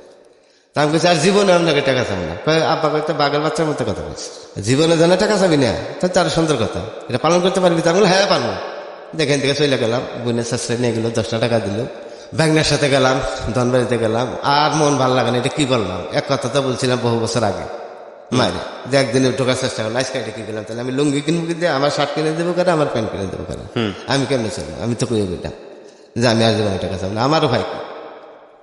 তখন আমি সারাদিন গেছি ওই জায়গায়, আমার কোনো কাজে মন লাগে না, নামাজ পড়তে গেছি নামাজে মন লাগে না, সিনেমা দেখতে গেছি মন লাগে না, খালি ওই চিন্তা করতেছি আমি কি করলাম, আমি এটা কি করে কি করবো, আমি তো কই হারলাম। তা রাত্রে আইসি, আইয়া ওই ফুফাতের ভাই বোনের বাড়িতে গেছি, হেনে রাইতে খাই আইসি, ওই যে করিম যে বাড়ির কাছে যে ই ছিল, কামলা বাড়ির যে আমার পশ্চিমের যে কামলাটা, করিম যে অনেক বয়স্ক বন্ধু বান্ধব চাইছিল আমার, তো লোকের কইলাম, তো করিম আজকে থেকে তো আব্বারে কইছি, মায়ের কইছিলাম এক কথা, আজকে তো বহু বছর আব্বারে কইলাম এক কথা, জীবনে টেনশন নেই, তাহলে এখন আমি লুঙ্গি কিনবো কিনতে আর কিনবো, কিন্তু তুই আমি কি বাকি কি করবো, তুই কোনো চিন্তা করিস না, তুই কালকে রাইতে আমরা আমার এই কুষ্টমতে যত কামলা আছে যাবো সব ডাক মারবো, রাইতে থাকবে। তো ও ডাকছে সবটি রেগে হেঁটে কইছে যে এই আমরা যদি রাত্রে কাজ করি, আজহারের দিয়ে আমরা সবাই করবো, রাত্রে যদি কাজ করি তাহলে আমরা তো এক্সট্রা টাকা পাবো, যেমন ধান কাটা ক্ষেত কোপানি এগুলা করবো, ওর সাথে থাকবো, এটা কেমন হয়, রাত্রি 2টা 3টা পর্যন্ত করলাম, সমস্যা কি, তো হেরা করি যে সুন্দর কথা, এটা তাহলে এই করি, চুক্তি কাজ নেই, আমরা গৃহস্থের কাজ শেষ করার পরে রাত্রে কাজ করবো, ধান কাটা ক্ষেত কোপানি এরাও নিবে, তো এই টাইম করলে তো ভালো হয়েছে, তা আমি করতে থাকলাম, এইভাবে করতে থাকলাম, তো কাজ করি, সেই টাকা আমার ভাগ সমানে দেয়, যদি অক সমান আমি পারি না, যেহেতু আমি ছোট, ওরা সবাই দেয়, আমি হেঁটে দেয় লুঙ্গি কিনি, শার্ট কিনি, এই করি, আর ওই প্রেমের চিন্তা খালি প্রেমের চিন্তা করি, আস্তে আস্তে আস্তে আস্তে আমি প্রচার করা পারবো যে আমি বিয়ে করি, গরিব মানুষের বিয়ে, একবারে নিঃস্ব, এরকম পরিবার যদি থাকে আমার ভাই কিনে দেবে, এই যত গরিবের সাথে এই জীবন মিশছি তাদের সবাইকে বললাম, যে আমার এরম দেখে একটা মেয়ে বাই করে দিবা যার বাড়ি নাই, ভিটা নাই, সম্পদ নাই, বাপ নাই, মাম নাই, ইতিম। আমি যে এরম ইতিম, যে এই বাড়িতে এত বছর ধরে কাজ করতেছি, ইতিমের মতো একবারে শূন্য থেকে যে শুরু করবো, এরম একটা মেয়ে তোমার বাই করে দেবে, মেয়েটা জানি অনেক সুন্দর। এটা মেয়ে কই যাবো, আর তোমার এটাকে মানবো এখন আর তখন, এখন বা মায় হাতেই করতেছে, তখন এটা কোনোদিন সম্ভব না। আমি তো বাইকের দখল করে কি করো না, আমি এটা করবো। প্রেমের প্রতি আমার আর ওই রাত্রে যাই খালি শুই, খালি ওই লাইলে ছবির কথা খালি মনে হয়, ওই ঘুরে ফিরে ওই সিনেমা সিনেমা সিনেমা। এই প্রেম কি জিনিসটা, এটা মনে হইলে চোখ দেখানি করে, এটা কি করি, এটা সবসময় খেলে। তখনকার ওই বয়সটায় মানে খালি ওইটাই খেলে মাথা মাথায় কাজ করতেছে, আর কোনো কিছু মাথায় কাজ করে না। যে এইরকম মেয়ে যেমনি হোক আমার বাই করতে হবে, আমার প্রেম করবো, আমি জীবন শূন্য থেকে শুরু করবো, এটা আমার করে মানুষ। তো যাই হোক, ওই যে ঘরের পিছিয়ে যে আমি যারা আমার সমাজ থেকে লাইন থেকে বাই করে দিল মিন্টু, বাড়ি পিছিয়ে বাড়ি করলো, তো যখন থেকে বললো যে আমি আমার সাথে মিশে না কেন, ওই দিক দিয়ে কিন্তু ওই পরিবারের সাথে আমি মিশা শুরু করলাম। মাইক্রোফোনে বল। হ্যাঁ, আমি বললাম যে ঠিক আছে, ওই যে বলছিল যে তুমি সব পরিবারের সাথে মিশো, আমার সাথে মিশে না কেন, আমরা যদি ধনী হইতাম তোমার লাইন থেকে তোমার বেগিয়ে দিত না, বাড়ি পিছিয়ে দিত না, আর তোমার পালছিতে আমি ওই দিন থেকে আমি বললাম ঠিক আছে ভাবি, আজকে থেকে তোমার কাছে আমি। তো ওই মহিলার প্রতি আমার তখন থেকে মায়া বেশি হইলো, অনেক মায়া হইলো। আমি অন্য অন্য গরিব বাড়ি বাদ দিয়ে এই বাড়ি যাওয়া দিলাম বেশি, যেহেতু বাড়ি পিছিয়ে বাড়ি, আমার বাড়ি পিছিয়ে খালি 40% জমির পরে তারপর শোনেন। তো ওই মিন্টু রিক্সা চালায়, সারাদিনই করে, উপার্জন করে আনে, কিন্তু আয় উন্নতি করে না। সে যা উপার্জন করে তাই খায়, যা উপার্জন করে তাই খায়, 1 টাকা সঞ্চয় নেই। 500 টাকা কামাই করছে, 500 টাকা মাছ মাংস নিয়ে গেছে, মানে 20 টাকা দিয়ে ইলিশ পাক করতে, এত বড় বড় ইলিশ 4-5 টাকার ইলিশ নিয়েছে, কোন উন্নতির চেষ্টা নেই, খালি খাইতে। তো এই রিক্সা চালাইতে চালাইতে চালাইতে চালাইতে হঠাৎ এই লোকটা রিক্সাতে একদিন পড়ে যায়। কিন্তু সে ছিল অত্যন্ত শক্তিশালী একটা পুরুষ, যেমন ফসরা তেমন শক্তিশালী ছিল। তো এই মিন্টু হঠাৎ করে রিক্সা চালাবার একদিন পড়ে যায় রিক্সা থেকে, অনেক শক্তিশালী এবং সুন্দর ফসরা ছিল লোকটা। তো পড়ে যাওয়ার পরে তার থেকে হাসপাতালে ভর্তি করে, হাসপাতালে ভর্তি করার পরে তার খবর নেই যে তার লাঞ্চে পানি ধরছে। আচ্ছা, পানি ধরছে। তো ভাবি আমারে কইতেছে দাদা চলো রাত্রে যাই, তোমার ভাই তো বলে হাসপাতালে রিক্সাতে পড়ে গেছে। তো গেছি, আরো 2-1 নিয়ে গেছে, যাই গেছে হাসপাতালের অবস্থা সিরিয়াস, তার লিভারে পানি ধরে গেছে। পানি ধরছে কি কারণে, জীবনে অনেক পরিশ্রম করছে না, পরিশ্রম করলে শক্তির বড়াই দেয়। আমরা ছোট থেকে দেখতাম যে মিন্টু থেকে সব মানে ডরাইতো, কারণ হ্যাঁ অত্যন্ত শক্তিশালী ছিল, আর সবসময় শক্তি নিয়ে এই করতো। একটা গাড়ি রাস্তায় করছে, এই তোরা 4 জনে এই সব, হ্যাঁ একা কান মেরে উঠাইতো, এটা মানে সবসময় গাড়ি জোর দেখাইতো, এরকম পরিশ্রম সে করতো। এলা করে করে তার অবস্থা খারাপ হয়ে গেছে না, কিন্তু এটা প্রকাশ পেলে যে এতদিন পড়ে গেছে। তো এখন চিকিৎসা করবো, এখন গোষ্ঠী কোনো লোকই যাবে, এই সমাজে তার অর্থ নাই, তো কোনো লোকই তার খোঁজ খবর নেই। তাই রাত্রে গেছি, যাই দেখে 1 ডিশ পানি বের করছে তার। আচ্ছা, এন্দা ফুসফুস থেকে। হ্যাঁ, এর মধ্যে সুই দিয়া 1 ডিশ পানি বের করছে, একদম পিওর পানি। হাই হাই যাই দেখে যে এই পানি এটা করতে পেরেছে অডলিভার দিয়ে, যে ডার বাঁচবো না উন্নত চিকিৎসা না করলে, যেমনি হোক এটা ই কারণে চিকিৎসা করা লাগবে। চিকিৎসা করবে কি, চিকিৎসা করার কোনো লোকই নেই, আত্মীয় স্বজন কেউ কোনো খবর নেই, শরীরের কেউ কোনো খোঁজ খবর নেই না। মিন্টু হাসপাতালে এসে কার খোঁজ খুঁজে যায় আর তখন এইভাবে হাসপাতাল থেকে ফিরে তারলো। দিন দিন আস্তে আস্তে আস্তে আস্তে আস্তে আস্তে এই লোক শুকাইতে শুরু করলো, অনেক মোটা ছিল, শুকাইতে শুরু করলো। পরে আমার একদিন সে ডাক দিল, আমি প্রতিনিয়ত তখন এই বেরতে যাই, প্রতিদিনই যাই, সব বাড়ি বাদ দিয়ে এই বেরতে যাই। আব্বা কিছু খায় না, মা কিছু করে আব্বা খাই যায়, মিন্টু তাঙ্গ নিজে করি মানুষ, ওই বাড়ি যায়, সব বাড়ি বাদ দিয়ে বেরিয়ে যায়, তো কাউকে করে না স্যার, কোনো বাড়ি তার দেখা যায় না, ওই বাড়ি একটু বেশি যায়। মিন্টু তাঙ্গ নিজে করি মানুষ, এবারে গেলে কি যাই এই সময়টা করে দেয়, ওই সময়টা করে দেয়। তো মিন্টু একদিন আমার এটাকে কইতেছে, ভাই এটা কথা দেখ এত বড় অসুখ হয়েছে আমার, কোন লোক এই গোষ্ঠীর আমার খোঁজকি দেয় না, খবর নেয় না, খোঁজ খবর নিতেছে না, তা আমি তো মরে যাবো, তো তোর তো কাছে আমি একটা অনুরোধ করবো, আমার রাখবি কথাটা। মানে কি দেখবো, আমিও তো ভাই নিঃস্ব, তুই জানোই যে আমি কত বছর ধরে বাড়িতে বেতে কাজের ছেলে হিসেবে রয়েছি, আমার তো কোনো মর্যাদা নাই। আমি আর লুঙ্গিটাকে নিয়ে রাইতে কামলাকের সাথে ধান কাটি থাকবো ভাই এইভাবে, তোর কিচ্ছু জানাবো না, তুই এখন যাবা আবি, খালি এই কথাটা, তুই এখন যাবা আইতাছে এইভাবে খালি আবি, এই ব্যক্তি এরা জানি বলতে যে একটা লোক আছে পাশে, আমার বউ বাচ্চা জেনে পড়বে, আমি তো মরে যাবো। তা আমি তোর কিচ্ছুই জানাবো না, তুই দিবি কি, তুই তো চলে হাস, তুই খেলি এখন নিয়মিত যাবাইতেছে, এটা নিয়মিত আহিস, তাও আর একটা বর্ষা পাবো। তা আমি এক পর্যায়ে রাজ দিলাম, ঠিক আছে ভাই আমি আবো। ভাবির রূপতে আমার তো ওই দিন থেকে মায়া হয়েছে, আমি তো জানতাম না যে ভাবি আমার পালতো, আমার জন্মের সময় সে আমার একবেলা পালতো, আমি তো জানি না, আমি তো জানছি যখন থেকে তখন থেকে তো আওয়া শুরু করছি 14 থেকে। আর ওই খালি আমার মাথায় ওই যে কিরা একটা ঢুকছে, খালি প্রেম খালি ওইটাই খালি পাবি। হ্যাঁ আমি কই ভাবি একটা মেয়ে এরকম পাওয়া যাবে, যে গরিব একবারে কিচ্ছুই নেই, এরকম একটা মেয়ে কোথায় পাবো, এটা পাইকারি দাম না, কই পাওয়া যাবে এটা আমি তো দেখি না। হুম আমি তো আরো অন্য অন্য যে গরিব পরিবার আছে এদেরকে বলি, তো ওরা কিছু কিছু মহিলারা আমার কয় যে আমার বাবার বাড়ি আছে এরকম, আমার এলাকায় আছে, চলেন যাই। আজ বিয়েটি হয় না অনেক, এই গরিব বাড়ি তাদের বিয়ে হয়েছে, তাকেও বলি, তারা কয় হ্যাঁ আমার তো দেশ আছে এরকম, চলো যাই। পরে হঠাৎ করে আমি একদিন যাই সে বাড়িতে, তো আমি গেলাম। তো যে মেয়ে সে দেখাইলো, মেয়ে দেখালো, মেয়ের সবই আছে, বাড়ি আছে, ঘর আছে। আমি বললাম না, এটা মেয়ে চলবো না আমার, একদমই তিনি আমার মতো একবারই নিঃস্ব। আমার যে আমি যে ভাই ছোট থেকে এই পরিবারে, সচ্ছল পরিবারে একটা কামলার মতো বেরিয়েছি, আর এমন একটা মেয়ে লাগবে যে তার কিচ্ছুই নেই, শুধু তিন, তারে নিয়ে জীবন সুন্দর করে শুরু করবো দুজন, একবারে সুন্দর থেকে। এটা হইলে আমার পরিকল্পনা। এই মেয়ে আমার চলবো না। তো আমি এখান থেকে ফেরত আসলাম। তো ওই ভাবি রে, ওই যে ভাবি মিন্টুর বউ, এই যে আমার বাড়ির পিছিয়ে যে কাজ করে খায়, প্রতিদিনই তার বাচ্চা পাহারা দিই, তার কাছে আইসা বললাম যে ভাবি গেছিলাম আজকে, কিন্তু মেয়ে তো আমার ভালো লাগে না, তুমি দেখো না তোমার আত্মীয় স্বজনের ভিতরে কেউ আসেনি, কই না এটা মেয়ে কই পাবো, আর তোমার চিনি কে, তোমার আমি চিনি, এই গ্রামের মেসে জানি যে কিরম জিদি, তুমি জীবন অন্যায় করো না, অপরাধ করো না, তাইলে সারাটা জীবন গরিবের সাথে মিশতেছো, গরিবের পাশে দাঁড়াচ্ছে, যে আমি তুমি সারা দুনিয়া অন্ধকার, এই যে কাজ করি নিশ্চিন্তে বাচ্চাগুলো তুমি বহর দিতেছো প্রতিদিন, এই দিন কি করে শোধ করবো, দুনিয়াতে বিনা পয়সা এইটা কামলা কই পাওয়া যায়, তোমার কেরা চিনবো, কেউ চিনবো না, এটা মানে কই পাবো তুমি। তো এইভাবে চলতে থাকি। ওই তার বাচ্চা রাত 12টা পর্যন্ত 10টা পর্যন্ত এইভাবে পড়া দিই, আবার চলে আসি, বাড়িতে কাজ করি। কিন্তু আমি একদিন হঠাৎ করে সিনেমা দেখতে গেছিলাম। তো ভাবিরে বলছি, ভাবি কালকে তুমি সকাল সকাল আসো, কালকে আমি যাইতে পারবো না, আমি অমুক জায়গায় একটা সিনেমা এসে সিডি ভরা। তো সিনেমা দেখতে গেছি, সিনেমা দেখে আসছি, আইসা রাত্রে ঘুমাই গেছি, আর রাত্রে বাড়িতে আসতে পারিনি। আচ্ছা। তো সকালে ঘুমের থেকে উঠে নিয়ে মায় কয়ে দিচ্ছে যে রাত্রে মা সারা রাত কইছিল এখন যে পিটাবে, মারবে, লাঠি জ্বালিয়ে দিছে। তো গরম তো ঘুমের মধ্যে আমার তো বাড়ি ইচ্ছা মতো বাড়ি করছে। তো ঘুমের থেকে উঠে তো আমি তার বাড়িতে কতগুলো দিছি, এর মধ্যে উঠতে হাত দিয়ে ফুসকা দৌড়ে পরে পালাই গেছি। গেছি নানির বাড়ি, কই যাবো ওই দিন, আর কোনো জায়গা নেই, নানির বাড়ি গেছি। ভাই মা যে মার সাথে শত্রুতে তারই মার কাছে গেছি। গেলে পরে নানি কয় যে শোনো, না না তুমি তো মার সাথে জমি নিয়ে ছোট থেকে গন্ডগোল বাজাইছো, তুমি গন্ডগোলটা কেন বাজাইছো? না না, তোমার মা যদি জমিটা নেয় তোমরা এতে পাবো। আচ্ছা। তুমি জমি নেই কেন গন্ডগোলটা বাজাইছো?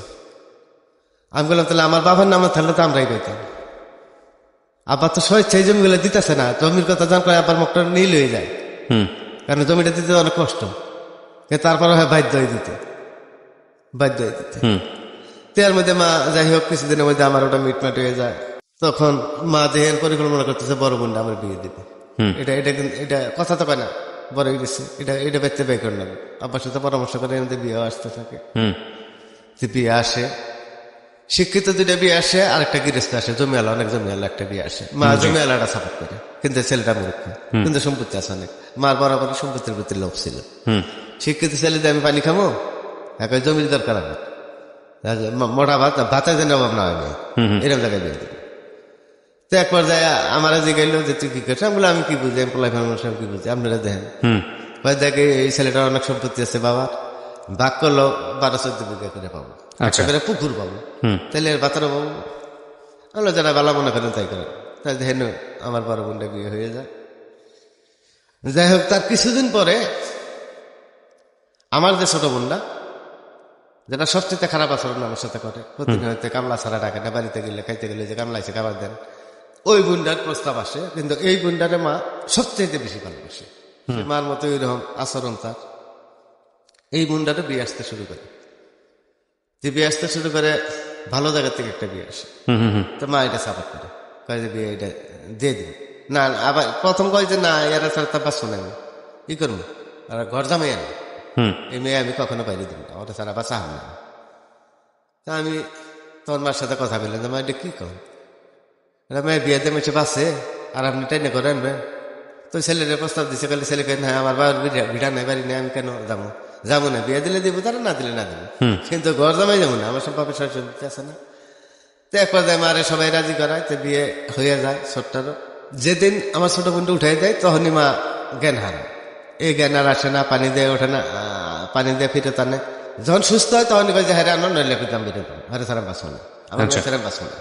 কি কয় সবাই বোঝায় যে মেয়ে বিয়েতে মেসে বাঁচা, আপনি মরবেন, এটা কিরকম কথা, মেয়ে বিয়ে দেওয়া সবাই মেয়ে বিয়েতে মেসে বাইসে যায়, আপনি মরবেন কে?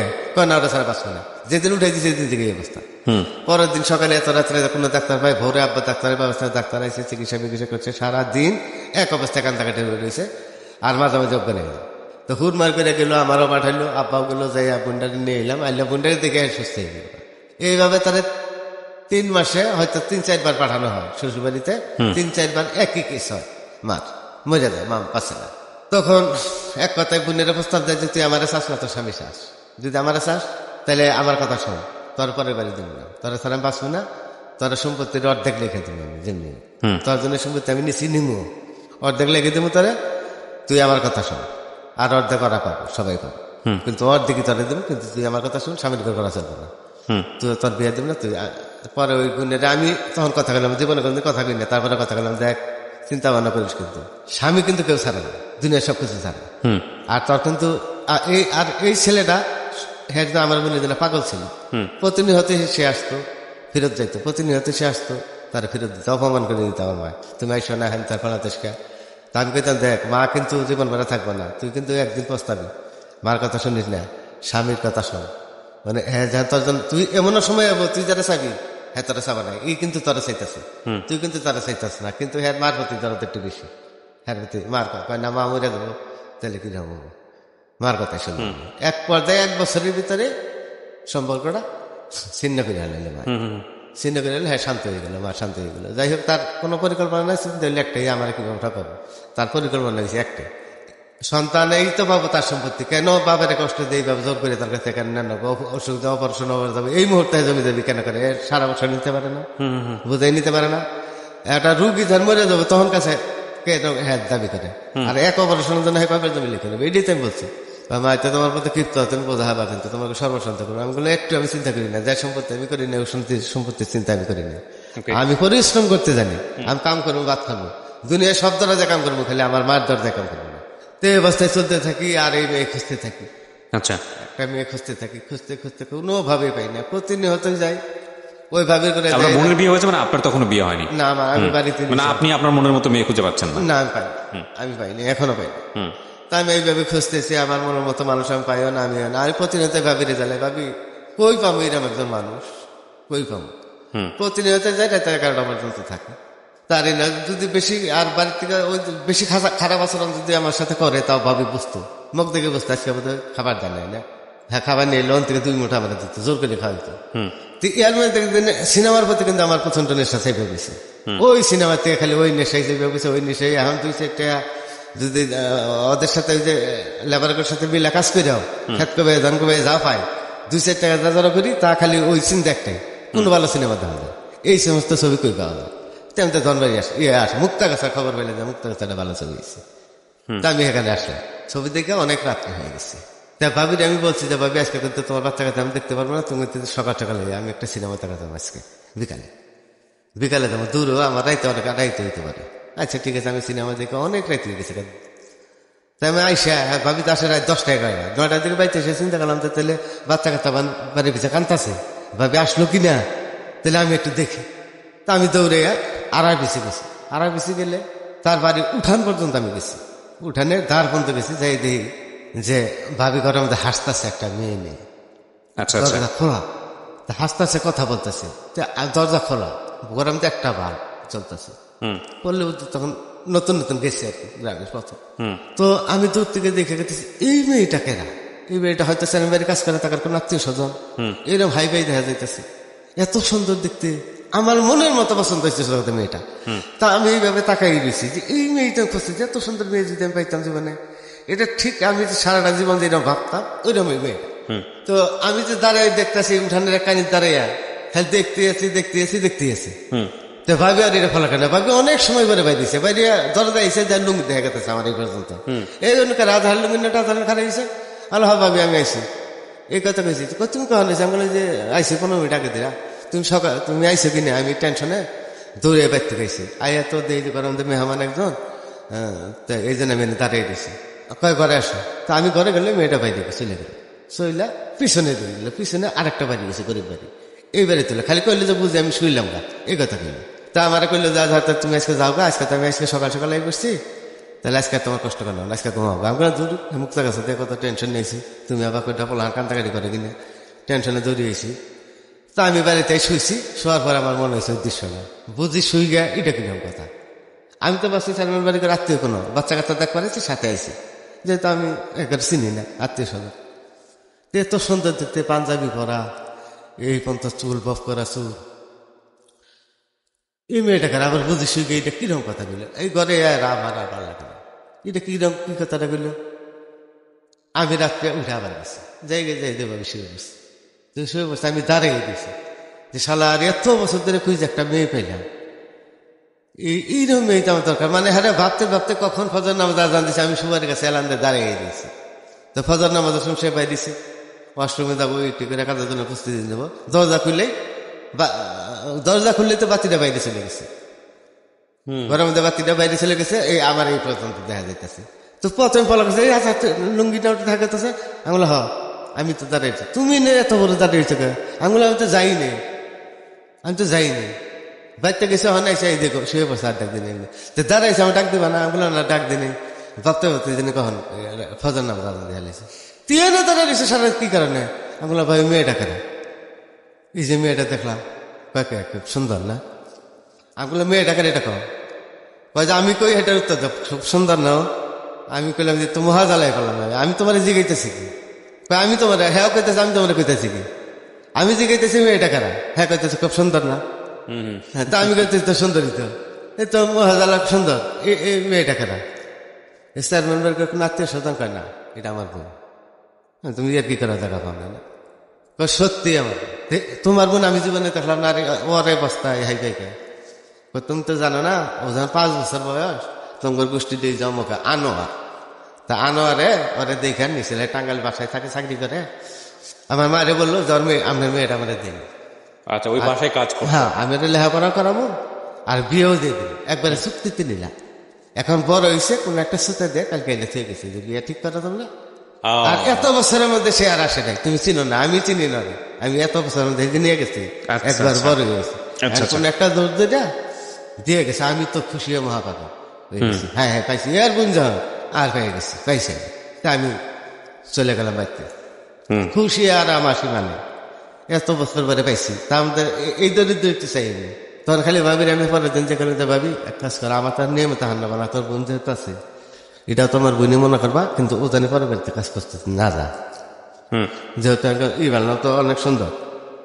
তো ঠিক করতে গেছে, ওর তো বাইরে দেন যাও না, কাজ আমি করবো, ও বাড়িতে থাকবো, তোমার এখানে একটু পরিশ্রম কম করানো লাগবো, এত সকাল সকাল হান্না বানা, দিনে 2-1 আইসো ওই থাকবো। আমার কাম গেলে একটা অনুরোধ করলাম ভাবি, ও জানি পরের বাড়িতে কাজ করতে না যায়, এটাই আমার অনুরোধ।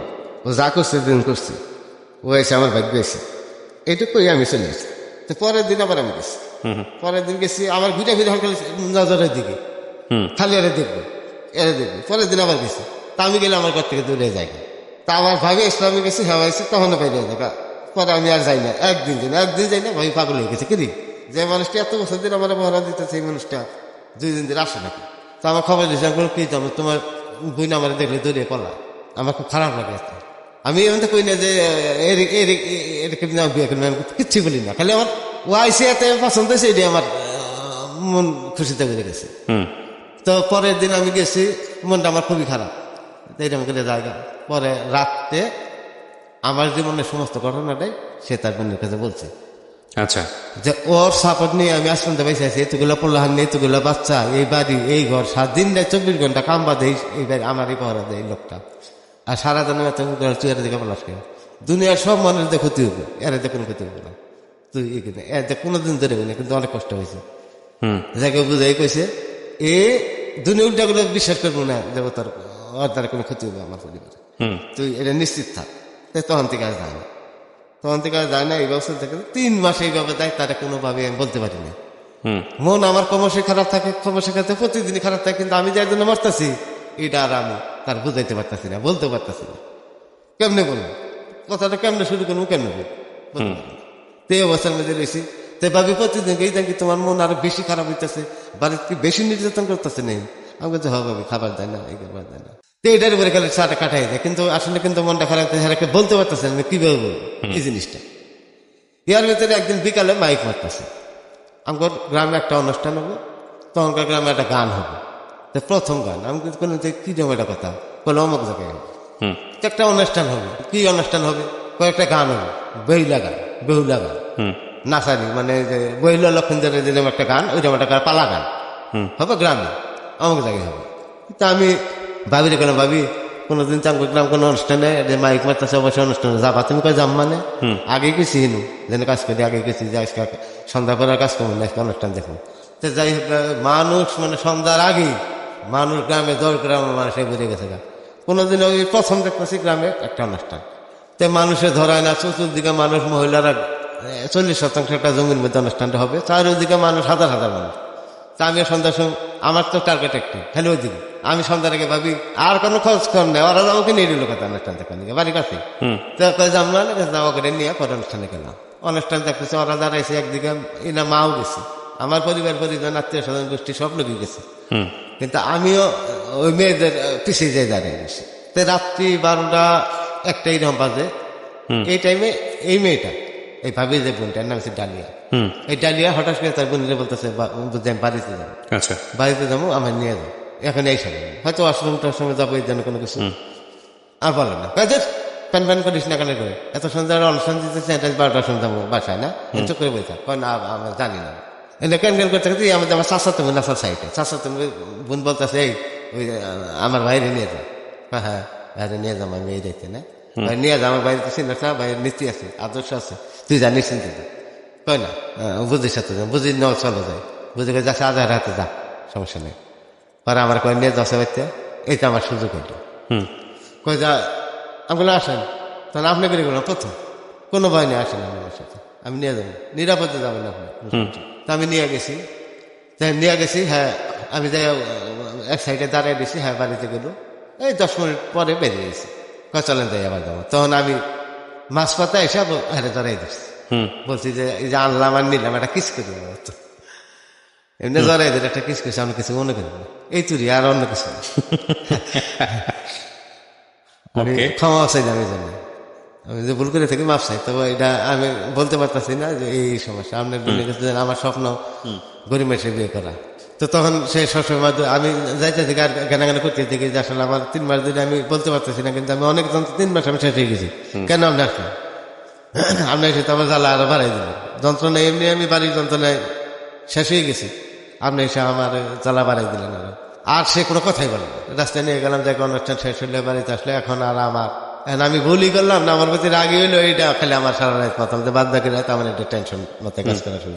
তো সকালে ওটা গরুর জন্য ঘাস কাটা লাগে, আমি গেছি ঘাস কাটা দিয়ে পুরো আঙ্গুল ফালাই দিচ্ছি, আমি জানি না আঙ্গুল মাথা রয়ে গেছে, এখনো মিলে নেই, 30 বছরের মিল হয়নি, এই আঙ্গুল কেটে ফালাই দিচ্ছি, আর কোনো ইয়ে নেই, মানে আপনার মেয়েটাকে অনেক পছন্দ, আমার কোনো ইয়ে নেই, খালি হাত ধান তাই হাত রয়েছে। একবার 3 মাসে আরো চলে গেল। ইয়ার মধ্যে কেমনে কেমনে কেমনে কেমনে গ্রামে কিছু মহিলা আছে, যে বাড়ি যায় পান খাই, বাড়ি যায় পান খাই, এরকম একটা মহিলা মার কাছে যায়, কেমনে কেমনে লাগাইছে যে মিন্টুর বাড়ি এতদিন গেছে, কোনো কথা ছিল না, কিন্তু এখন তো মিন্টু শালি একটা আইছে, এখন আপনার ছেলে কিন্তু হ্যাঁ ইয়ের পিছিয়ে ঘুরতেছে, এরকম একটা কথা যাই হোক বলছে, বলে বলে মার মাথা তো নষ্ট হয়ে গেছে কথা, এতদিনের মধ্যে বোঝা যায় না, ওই দিন যে দরদ বললাম, আমার দুপুরে খাইতে দিছে, খাইতে দিয়ে বলতেছে যে শোনো, জীবনে তো কোনো কথাই শোনা নেই, মা কি জিনিস ছিল না, যাই হোক ভালো কথা, এই ছোট থেকে এই পর্যন্ত আইছ, সম্পর্ক অনেক খারাপ, তবে আজকে একটা কথা কই, মাথায় রাখবা, এটা মাইনা চলার চেষ্টা করবো, আজকের থেকে উত্তর দিকে যাবা না, আজকের থেকে বন্ধ। আমি বললাম মা উত্তর দিকে কি হয়েছে মা, না উত্তর দিকে যাবা না, এতদিন গেছ, মিন্টুর একটা শালি আইছে আমার কাছে, এমন এক লক্ষ কথাটা বলছে, তোমার সাথে বলে তার সাথে সম্পর্ক হয়ে গেছে। কি কর, আমার সাথে তার সাথে কোনো সম্পর্ক হয় না তখন পর্যন্ত। তারপরে যাইতে থাকি কোনো কথাই আমি শুনি না, আমার নির্যাতন আরো বাড়ানো, উত্তর তোর বাবা আমার উপর পেশা দেওয়া শুরু করতে, উত্তর দিকে তুমি যাবা না, এতদিন কাছে মিন্টু পোলাহান বড় হয়ে গেছে, বহু বছর এত সংসার তুমি দেখছো, কিছুই কইলে, কারণ মিন্টু আমা করিল, সব বাড়ি বাদ দেওয়া, ওই বাড়ি গেছো, ওই বাড়ি থাকো, বাচ্চা কাচ্চা দেহ, অসহায় মানুষ, বিধবা মানুষ, এতগুলো বাচ্চা নিয়ে কাম করে খাইছে, এত রাত পর্যন্ত বাচ্চা বহার দাও, কিছুই আমরা কইলে, কিন্তু এখন যাইতে পারবো না, কারণ এখন কথা বাইরেই করছে, তোমার নিয়ে তার ইয়ে একটা এনে যাইতে পারবো না। তারপর আমি বললাম আব্বা আমি নির্দোষ, আমি এর সাথে আমাদের কোনো কথাই নেই, আমি কোনো কথাই মানি না। পরে ওই কইছিল এটা খবর দিয়ে আনছে, আইনা কইছে যে তুমি কি গ্রামে দিয়ে থাকতে চাও, তাহলে আধা হাজার তোমার ভাই, আর না আধা তোমার বহুত হেল্প করছে, আমি কিছুই কিনি, কিন্তু তোমার বোন এসে হ্যাঁ না যা সম্ভব না, হ্যাঁ যুবতী মেয়ে যুবক ছেলে, এটা সম্পর্ক যদি নাও হয়ে থাকে হয়ে যেতে পারে, এটা তোমার না করলাম, আর নাহলে কিন্তু বাড়ি করে ভাঙ্গা পুরা সেই করে দেবো, তখন কিন্তু যাওয়া যাবে।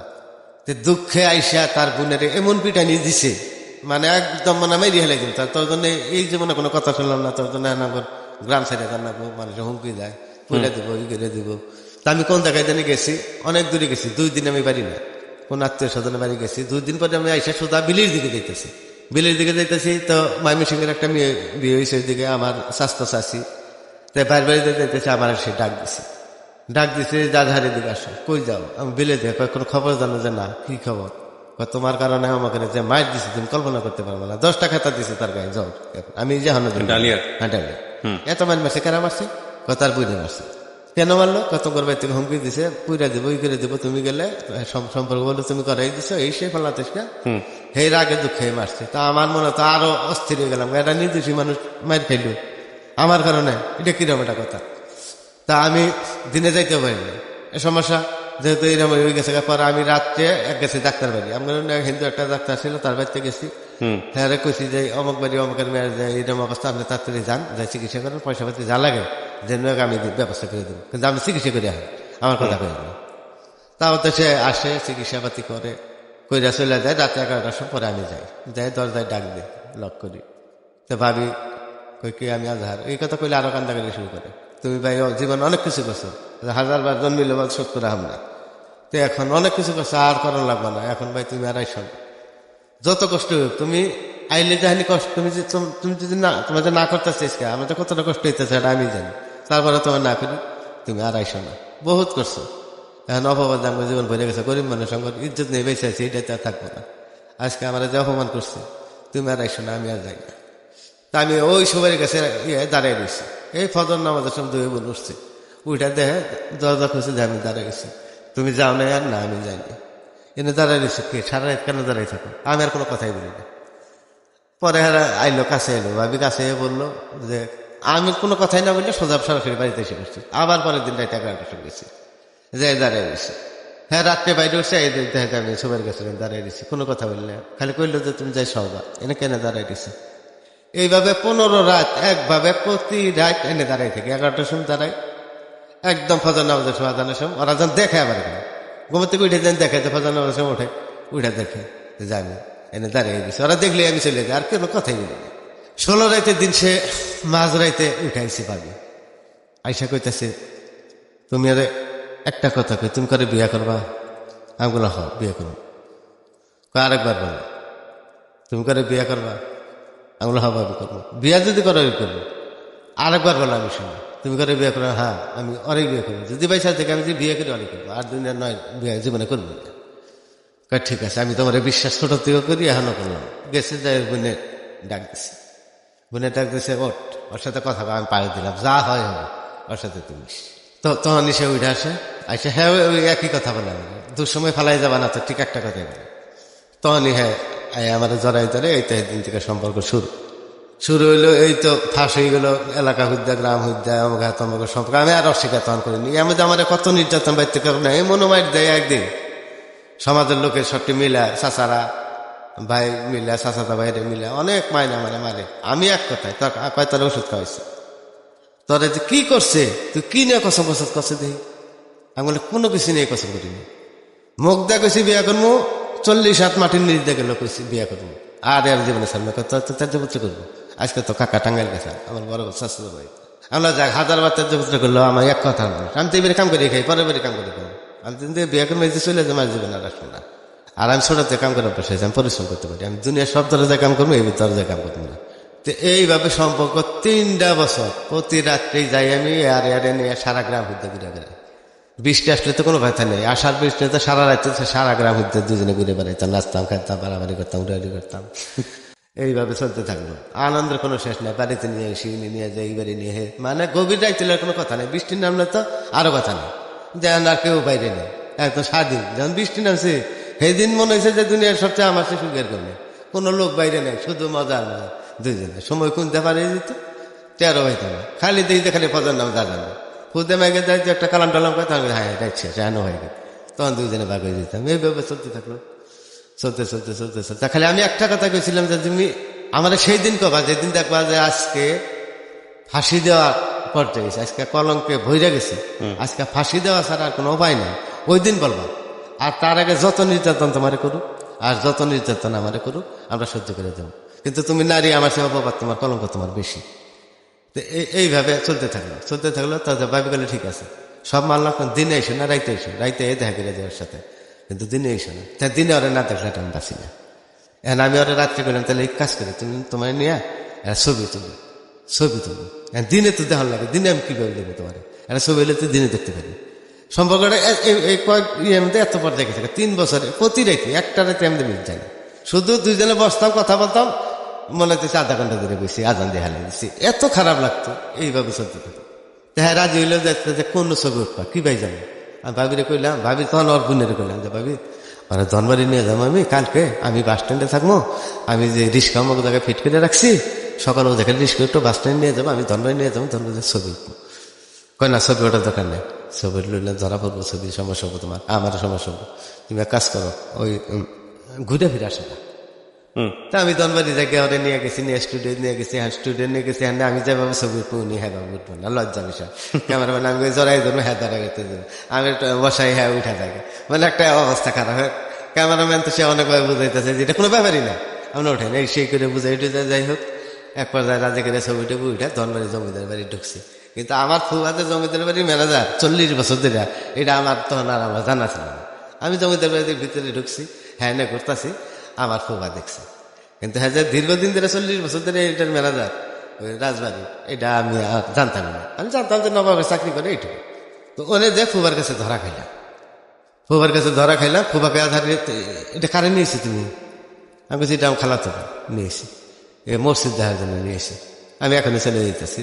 গেলাম চলে গেলাম, আমি আত্মীয় স্বজন তো সব যাই না গেছি, যে সেটা আমার সম্পর্কে হ্যাঁ তেন ইয়াতে হ্যাঁ কয় তাহলে তো হ্যাঁ দেখাইলেন আমার একটু ইয়াতে হয়, হ্যাঁ বাড়িতে হ্যাঁ বাড়িতে যারা হ্যাঁ ওরা যেমনি দেখা আমার একটু, খালাতো বোনের জামাইরা হ্যাঁ, নিজের বোনের জামাই আছে, বড় বোনের জামাই আছে, হ্যাঁ আসে, ঠিক আছে সবারই দেখা।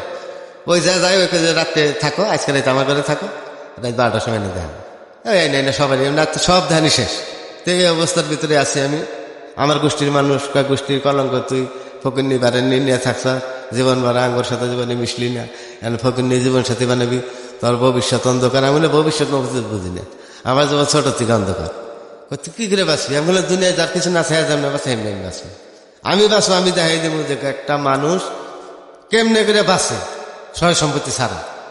এই যে সয় সম্পত্তি ইন্ডিয়ানটাকে তো খারাপ লাগো না, কিচ্ছু না, কিন্তু আমি করি নি, ইন্ডিয়ান আমার কোনো দয়া মানে নেই, আমি আমার পরিস্থিতি আমি বাঁচবো, আমি কার পরিচিত না। যাই হোক, এক পর্যায়ে সে আমারে বলল যে এখন একটা ব্যবস্থা করো, এখন আর কলঙ্কে ভরে গেছে গা। হ্যাঁ ভাবি আমার বললো যে আধারে হ্যাঁ নারী করা যায় না, তুমি এটা ব্যবস্থা করো। আমি বলি তো কি করবো? ভাই বিয়েটা পরে এটা খাবো। ঠিক আছে ভাবি, আজকে রাতে যাবো, কোনে যাবো, তুমি রেডি হয়ে থাকো, আমি রাত 10টার সময় বিয়ে। হ্যাঁ ভাবি কথা এত ইয়ে হইতেছে, তার জন্য কোনো ব্যবস্থা করতেছে না, পয়সা পাইতেও ব্যবস্থা করা হইতেছে না, তাহলে অত অন্ধকার। তাহলে এখন আমার তো বিয়েটা পরে দেখবো রাজি হই কিনা, এটা হয়তো আমার পরীক্ষা করার জন্য হয়তো বলছে, আমি রাজি হয়েছি। আমি ঠিক আছে আজকে রাতে নিয়ে যাবো। তা রাত 10টার দিকে আমি রেডিও করে বাড়িতে গেছি, ওরে নিয়ে আমি কিছু, আমি অমক মরে যে যারা তোর আসতে থাকো। আমার বাড়ির থেকে 1 মাইল উত্তরে আমি চলে গেলাম, 1 মাইলও না, ভালো মালো না, আমিও চিনি, হ্যাঁ আমার চিনি, কম নামি দামি মানুষ, হ্যাঁ বাড়িতে গেলাম। ওর বড় বোন গেছে, ও গেছে আর আমি গেছি, গেছে এই বাড়িতে যাই দেহারা শুয়ে পড়ছে। আমি ডাক দিছি, হুজুর মোল্লা সাহেব ঘুমাইছেন? কেনা আমি ফকির বাড়িতে গেছি, ফকির বাড়িতে গেছি, ফকির বাড়ির নাম হলে সঙ্গে ওঠে, যেহেতু সবাই নামি দেবী, কেনা তুমি জমা করে ফেলা কি রয়েছে, উঠান তাড়াতাড়ি, একটা কথা আছে। তো উঠছে, বসতে দিচ্ছে। তো এরা কারা? তখন ঘটনা খুলে গেলাম যে এরা যাই মনে তাই থেকে আপনি বিয়ে পাঠাই দেন। আমি আপনার অনুরোধ করি, আর দুনিয়া কোনো লোক জানবেন, শুধু বিয়েটা আমরা পাঠাই দেন, এটা প্রকাশ হবে অনেকদিন পরে। তাছাড়া তুমি কি বলো ভাইবে চিন্তা করতে কাল মেয়ে, তা আমি জমা করবে, হ্যাঁ তুমি কি কও, তুমি আরো ভাবো, তুমি কি কও, তুমি এটা না এটা পাম না। আমি তার অনুরোধ করি, হ্যাঁ না স্যার না, ঠিক আছে তাহলে করো, তুমি ওদের টুজু করে রেডিও, আমি আসতেছি। এরপরে আমি খেয়ে দিয়ে দরজা নিবে শুয়ে ফেলি, শুয়ে পরে আর বাইরে না, আমি আল্লাহ বিয়েই করাবে না, না আল্লাহ আছে, আমি সাহস পাই না, আমি সাহস পাই না। পরিবার এত প্রভাবশালী ছিল যে সাহস পাই না, দরজা দিয়ে উনি বাতি অফ করে দিয়ে হ্যাঁ ওয়াইফ কইতেছে যে বাবা আপনি জান গা, আপনি আরো চিন্তা ভাবনা করেন গা, আর হ্যাঁ মোল্লা সাহেব করতেছে, না বাবা আমি সাহস পাই না, তোমার কুষ্টি মারে মাইরে হালাই দিবো আমার, একদিন প্রকাশ পাবি না, আমি এটা পাবো না, তোমার অন্য ব্যবস্থা করে, আমি পাবো না এক কথা এসে। আমি অনেক টাকা টেকির পরে তার ফেরত আসলাম, হইল না বিয়ে, চলে আসলাম। তখন ভাবি রেখে তাহলে কি করবে, না আমার কি করার আছে, কোন জায়গায় যাবো, কই যে তাহলে কয়েকদিন সময় নেই, কয়েকদিন ভাইবে দেখি কোন জায়গায় যাওয়া যায়, প্লেন করুন তো প্রোগ্রাম করুন না, বলতে কি করে আবার বিয়েটা হয়। আমি কি করি, আমি কোনো দিস করবে না, আমি তো কিছু পয়সা পাতির ব্যবস্থা করবো, বড় সংসার চালাবো, পয়সা পাতি কোনো জায়গায় তো আমার যেতে দেন জীবন। আমার বাবা টাকা দিয়েছে 30 টাকা, এই 30 টাকা দিয়ে বাজার করে নেই, বরঞ্চ 35 টাকা সদাই দিয়েছে 30 টাকা করে, হয়তো একটা সেভ না হয় এবং 5 টাকা হিসাব নিচ্ছে, এটা ওষুধ নিয়ে হয়, এটা দিয়ে এটা দিনে হয়, এটা নিয়ে আমার কোনো জায়গায় কোনো সুযোগ নেই, শুধু ওই যে রাত্রে ওই কামলাদের সাথে কাজ করি পরে চুক্তিতে, ওর থেকে যা পাই তাই দিয়ে আমার খরচা চালাই, এইভাবে চলতেছে। যাই এক পর্যায়ে যাই আমি অনেক, তার কিছুদিন পরে 3 মাইল লোক তুলে নিয়ে গেলাম, আমি গেলাম, ভাবি গেল, হয়ে গেল যে কাজের যে আমার চিনে না এমন একটা জায়গায় যা কাবিন করলাম, কাবিন করে বিয়ে করলাম, বিয়ে করে ওর আরেকটা বোন আছে ওদিকে বিয়ে দিছে, সেখানে আমরা আশ্রয় নিলাম। রাত্রের ভিতরে খবর এসে পড়ছে বাড়িতে জমাকে বিয়ে করছে, হায় হায়।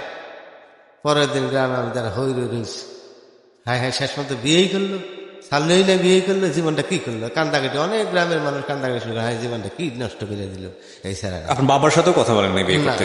না, বাবার কাছ থেকে পারমিশন নিয়েছিলেন? না, বাবার কারো কাছ থেকে না, কারো কাছ থেকে না, কোনো কথাই নেই, আমার সাথে কোনো সম্পর্কই নেই, আমি বাইরের মানুষ, কাজের সম্পর্ক ছাড়া আর কোনো সম্পর্ক নেই, একটা পয়সা দেয় নাই দেয় না জীবনে, তার হাতে আর সম্পর্ক কি, শুধু কাজ করি, ভাত খাই আর সময় কাটাই বাকি না, আর করি মানুষের সাহায্য চলবে এইভাবে। যাই হোক বিয়ে হইলে তো ওই দিন থেকে আমার তো আসমান ভেঙ্গা পড়লো, আমার আর মন, আজকে থেকে তো যাই হোক এতদিন তো বাড়িতেই ছিলাম, আজকে থেকে তো ঘরও ছাড়া হইলাম, দুইজন মানুষ কি করে চলবো, তো সেই বাড়িতে রইলাম। আমি খালি করলাম যারা 3টার সময় উঠে গেলাম, আমি বাড়িতে যাই, কিছু কাপড় চাপড় নিয়ে আবার তো বাইরে, আমি বাড়িতে আইসি, আমার ঘরে আইসি, আমার ঘর একটা ছিল আলাদা করে, সেই ঘরে আইসি কাপড় চাপড় নিয়ে, আমি ঘরের মধ্যে রেডি হইতেছি, এর মধ্যে সাইকেল নিয়ে এক লোক আইসা ধর আমার গেটের মধ্যে টোকাইতেছে, তারপর জিজ্ঞেস কে আমি অমাক, আপনার পোলা যে আমাকে এমনি বিয়ে করছে, আপনি শুনছে খবর জানেন, খবর আই গেছে, আমি কিন্তু বাড়ি তা আমি এটা শুনতেছি, আপনার ছেলে তো বাবানটিকে বিয়ে করে দিচ্ছি, হ্যাঁ হ্যাঁ কি কও কেমনে জমক তাকে বিয়ে করছে, তো আমি ওই মুহূর্তে মনে করো ঘর থেকে বাইরে যাই, আমি কিন্তু বাড়ির মধ্যে এই মধ্যে খবর আই গেছে, আমি চলে গেলাম। এখন কি করেছিল ওই বাড়িতে আমি 42 দিন রইলাম, সেই বাড়িতে। এখন 42 দিন পরে আমার এই ভাবি, যে বাড়িতে আমি সবসময় থাকতাম, সেই ভাবি গেছে, যাই করতেছে যে বিদেশ থেকে একটা এনজয় করছে, কারিতাস নামে একটা সমিতি করছে এই জায়গায়, আর হেরা একটা ফ্যাক্টরি করছে এই জায়গায়, বিধবা মহিলাদের চাকরি দিবে, রেশম সুতা শাড়ি বানাবে, পোকা সুতা যারা পোকাই যায় সুতা নেবে। তা ওনে একটা সুযোগ আছে, আমার একজন অফার দিছে, তাহলে আমি তো এত বছর কাজ করলাম, তুমি তো বিয়ে সাথে করে হলো, এক কাম করো, তোমার এই চাবি দিয়ে গেলাম আমার বাড়ি, আমি তাহলে ওই ফ্যাক্টরিতে যাবো, গেলে আমার চাকরি দেবো, তাহলে তুমি আমার বাড়িতে কালকে উঠবা। তা আমি তো 40 দিন পরে প্রথম গ্রামে এলাম, রাত্রে এলাম, আমার পরে তো গ্রাম হইতে রাও উঠে গেছে, হাই আমাকে নিয়ে এসে, তা আইসে পরের দিন সকালে তো মানুষ আমার বাড়ি ধরাইতেছে না, আমি খালি আমার বাপরে বললাম যে তুমি সবসময় আমার পিছিয়ে দাঁড়াই থাকবে, মারে কাঠে যত কিছু যা করে আমাকে, কিন্তু তুমি কথা বলবো না, আমার পিছিয়ে থাকবা, যাই হোক আর তোমার কোনো টেনশন নেই, যা করে আমার উপর। তো এই গ্রামের মানুষ এতে খেলে আমার 3টা বাড়ি বাদে আর সমস্ত গ্রামের মানুষ আয়, তুই কি করলি, তুই আর আমাদের বকাবাদ্য করতেছে, তুই আর জীবনটা নষ্ট করলি, এনে কি করে খাবো, আর কি এমনি তো একেবারে যার যার মতো করতেছে, তুই কাজ করবি, কেউ করতে তুই কাজ করে খাওয়াবো, বিয়ে বছর ধনী মাসে বলা আমার কাছে, এখন কি করে খাবো, অত বাইতে জায়গা দেয় না, তা কাম করতো ভাত খাইতো, এখন কি করবে, দেশের কোনো মানুষের কামলা নিব রে, এই দুই গ্রামের মানুষের কামলা নিয়ে এদের গোষ্ঠী বলছে, তাহলে ওরা কামলা নিব না, ওকে কেমন বাঁচো, যার যার মতো করে কইতাছে একজনে। আমি খালি আমার বাড়ি বই তাকাই দিছি যে নাটি টুটি নিয়ে আয় গেলে এই চিন্তা, আর আমার হ্যাঁ কারা কি করলো না করলো যায় হ্যাঁ না। আচ্ছা রাত্রে হইলে আমি রাত্রে যখন হয় তখন বৈশা থেকে 2 জনে ঘরের বাইরে, যে রাত্রে নিয়ে ধরে আক্রমণ করে, এইভাবে 4-5 দিন চলার পরে আমি খবর পেলাম যে আমার মৌখিকভাবে ত্যায্যবৃত্তি করে দিয়েছে, গেছে কোর্টে ত্যায্যবৃত্তি করে দেওয়ার জন্য হারা গেছে, তার সম্পত্তি ত্যায্যবৃত্তি করে দেন না, নাহলে ত্যায্যবৃত্তি হবে না, হ্যাঁ সম্পত্তি ঠকানোর জন্য ত্যায্যবৃত্তি করবো, সম্পত্তি দিব মানে সম্পত্তি দিব না, ত্যায্যবৃত্তি করবো না, মুখে দরকার না, তখন থেকে আবার ফেরত আসে। তা আমি এক লোক না খবর নিলাম যে আমার কি করবো, হ্যাঁ তুমি একটা খবর না আমার কি ব্যবস্থা নিতেছে, তারপরে যে গেছে আপনার কাছে কোনো ব্যবস্থা নেই, মা বলছে কোনো ব্যবস্থা নেই, ফকিন্নি মেয়ের জন্য যা নেই শেষ পর্যন্ত বাড়িতে বাইরেই গেছে, আর যে বাইরে গেছে তার নিয়ে কোনো ভাবনা নেই, 10-20 জন 50 জন মানুষ খাওয়াই দেবো, বিয়ে করলে তো খাইতাম, মরলেও খাইতাম, ওইটা খাওয়াই দেবো, ক্লিয়ার ঝামেলা শেষ, ও কি করে খাবো, হ্যাঁ ওর ব্যাপার, আমার পরিচয় জানে, আমার জীবনে দেয় না। তো এইভাবে চলতে থাকলো। আর তা আমি বেঁচে গেলাম, আমি বললাম আলহামদুলিল্লাহ। তাই তো একদিকে বেঁচে গেলাম যে আমারে মারবো না, আক্রমণ করবো না। যাই হোক, এখন কি করে বাঁচি, দুইজনে পরামর্শ করি, না খাইয়ে থাকি, খাবার নাই, কি করি। এখন ও আমার প্রস্তাব দিতেছে কাজ করি, ওই আমি পরে কাজ করি। আমি বলছি না, এই গোষ্ঠীর বউ দেহ প্রত্যেকে, তুমি যেমনি হবে বিয়ে করছো, এই গোষ্ঠীর বউ তো কাম করার নাকি, চুরি করার নাকি, ডাহাতি করার নাকি আমি করবো, তুমি পরে বেড়ে কাজ করো, এটা কোনো ক্রমে আমি সহ্য করতে পারবো না। তাহলে কই বাঁচবো কিভাবে, তাহলে খাবা কি? আমি বললাম তাও আমি জানি না, নিরুদ্দেশ। তার মধ্যে রাস্তায় যাই পয়সা থাকি, রাস্তায় যাই পয়সা থাকি। তার মধ্যে গরিব আর একটা মেয়ে একটা আমার পরামর্শ দিল, পরামর্শ দিচ্ছে, হ্যাঁ রে আমার বাড়ি এলে রে, যা কাজ কর, ও তো বাইরে তোর কাম করে যেতে দিব না, তুই বলবি যে খেতা সিলাই করবি, এতে রাজি কিনা। তা আমি রাইতে এলে কইছে যে না খাই কয়দিন থাকবো, খেতা সিলাই করি আমি, আমাকে খেতাই নিয়ে দেবো, আমি খালি সিলাই করে দেবো, আমি তো বাড়িতে বিয়ে করবো, আমি তো পরে বেরিয়ে যাবো না। আমি এক পর্যায়ে রাজি এলাম, ঠিক আছে খেতা সিলাই করা যা, এটা করতে চাই, একজন আইনা দিব, বাড়িতে বিয়ে তো করবা। তা আমিও তার সাথে সাথে খেতা সিলাই করা শুরু করলাম। এখন গ্রামের মানুষ আই হায় দিনে দেখে যে খেতা সিলাই করি। এইভাবে একটানা 9 মাস খেতা সিলাই করলাম, স্বামী স্ত্রী দুজন খেতা সিলাই করি। একটা খেতা 30 টাকা দেয়, 30 টাকা দিয়ে কি হয়, চলতে পারি না, 3 দিনে খাইতে পারি না, 10 টাকা দেওয়া যায় না একদিন। এর মধ্যে মাছ মাংস তো দূরস্থান, চাউলের যে খুদটা ওইটা কিনি, যে খুদের দাম কম, চাউল কিনি না, যে চাউলের দাম দেওয়া হয়, ওই চাউলের দাম দেয়, এই খুদ কিনুন যায় বেশি, ডবল কিনে যায় খুদ। আমি কই যে খুদ কিনি, এইভাবে চলতে থাকলাম 9 মাস। 9 মাস চলার পরে 1 টাকা আয় নাই, এর মধ্যে 1 টাকার সদায় তার আমি দিতে পারি না, একটা গয়না না কাটি না, একটা কাপড় চোপড় না। তার বোন আছে একটা ঢাকায় থাকে, হ্যাঁ পুরান কাপড় চোপড় দেয়, হেলে হ্যাঁ ব্যবহার করে। এইভাবে চলতে থাকলো।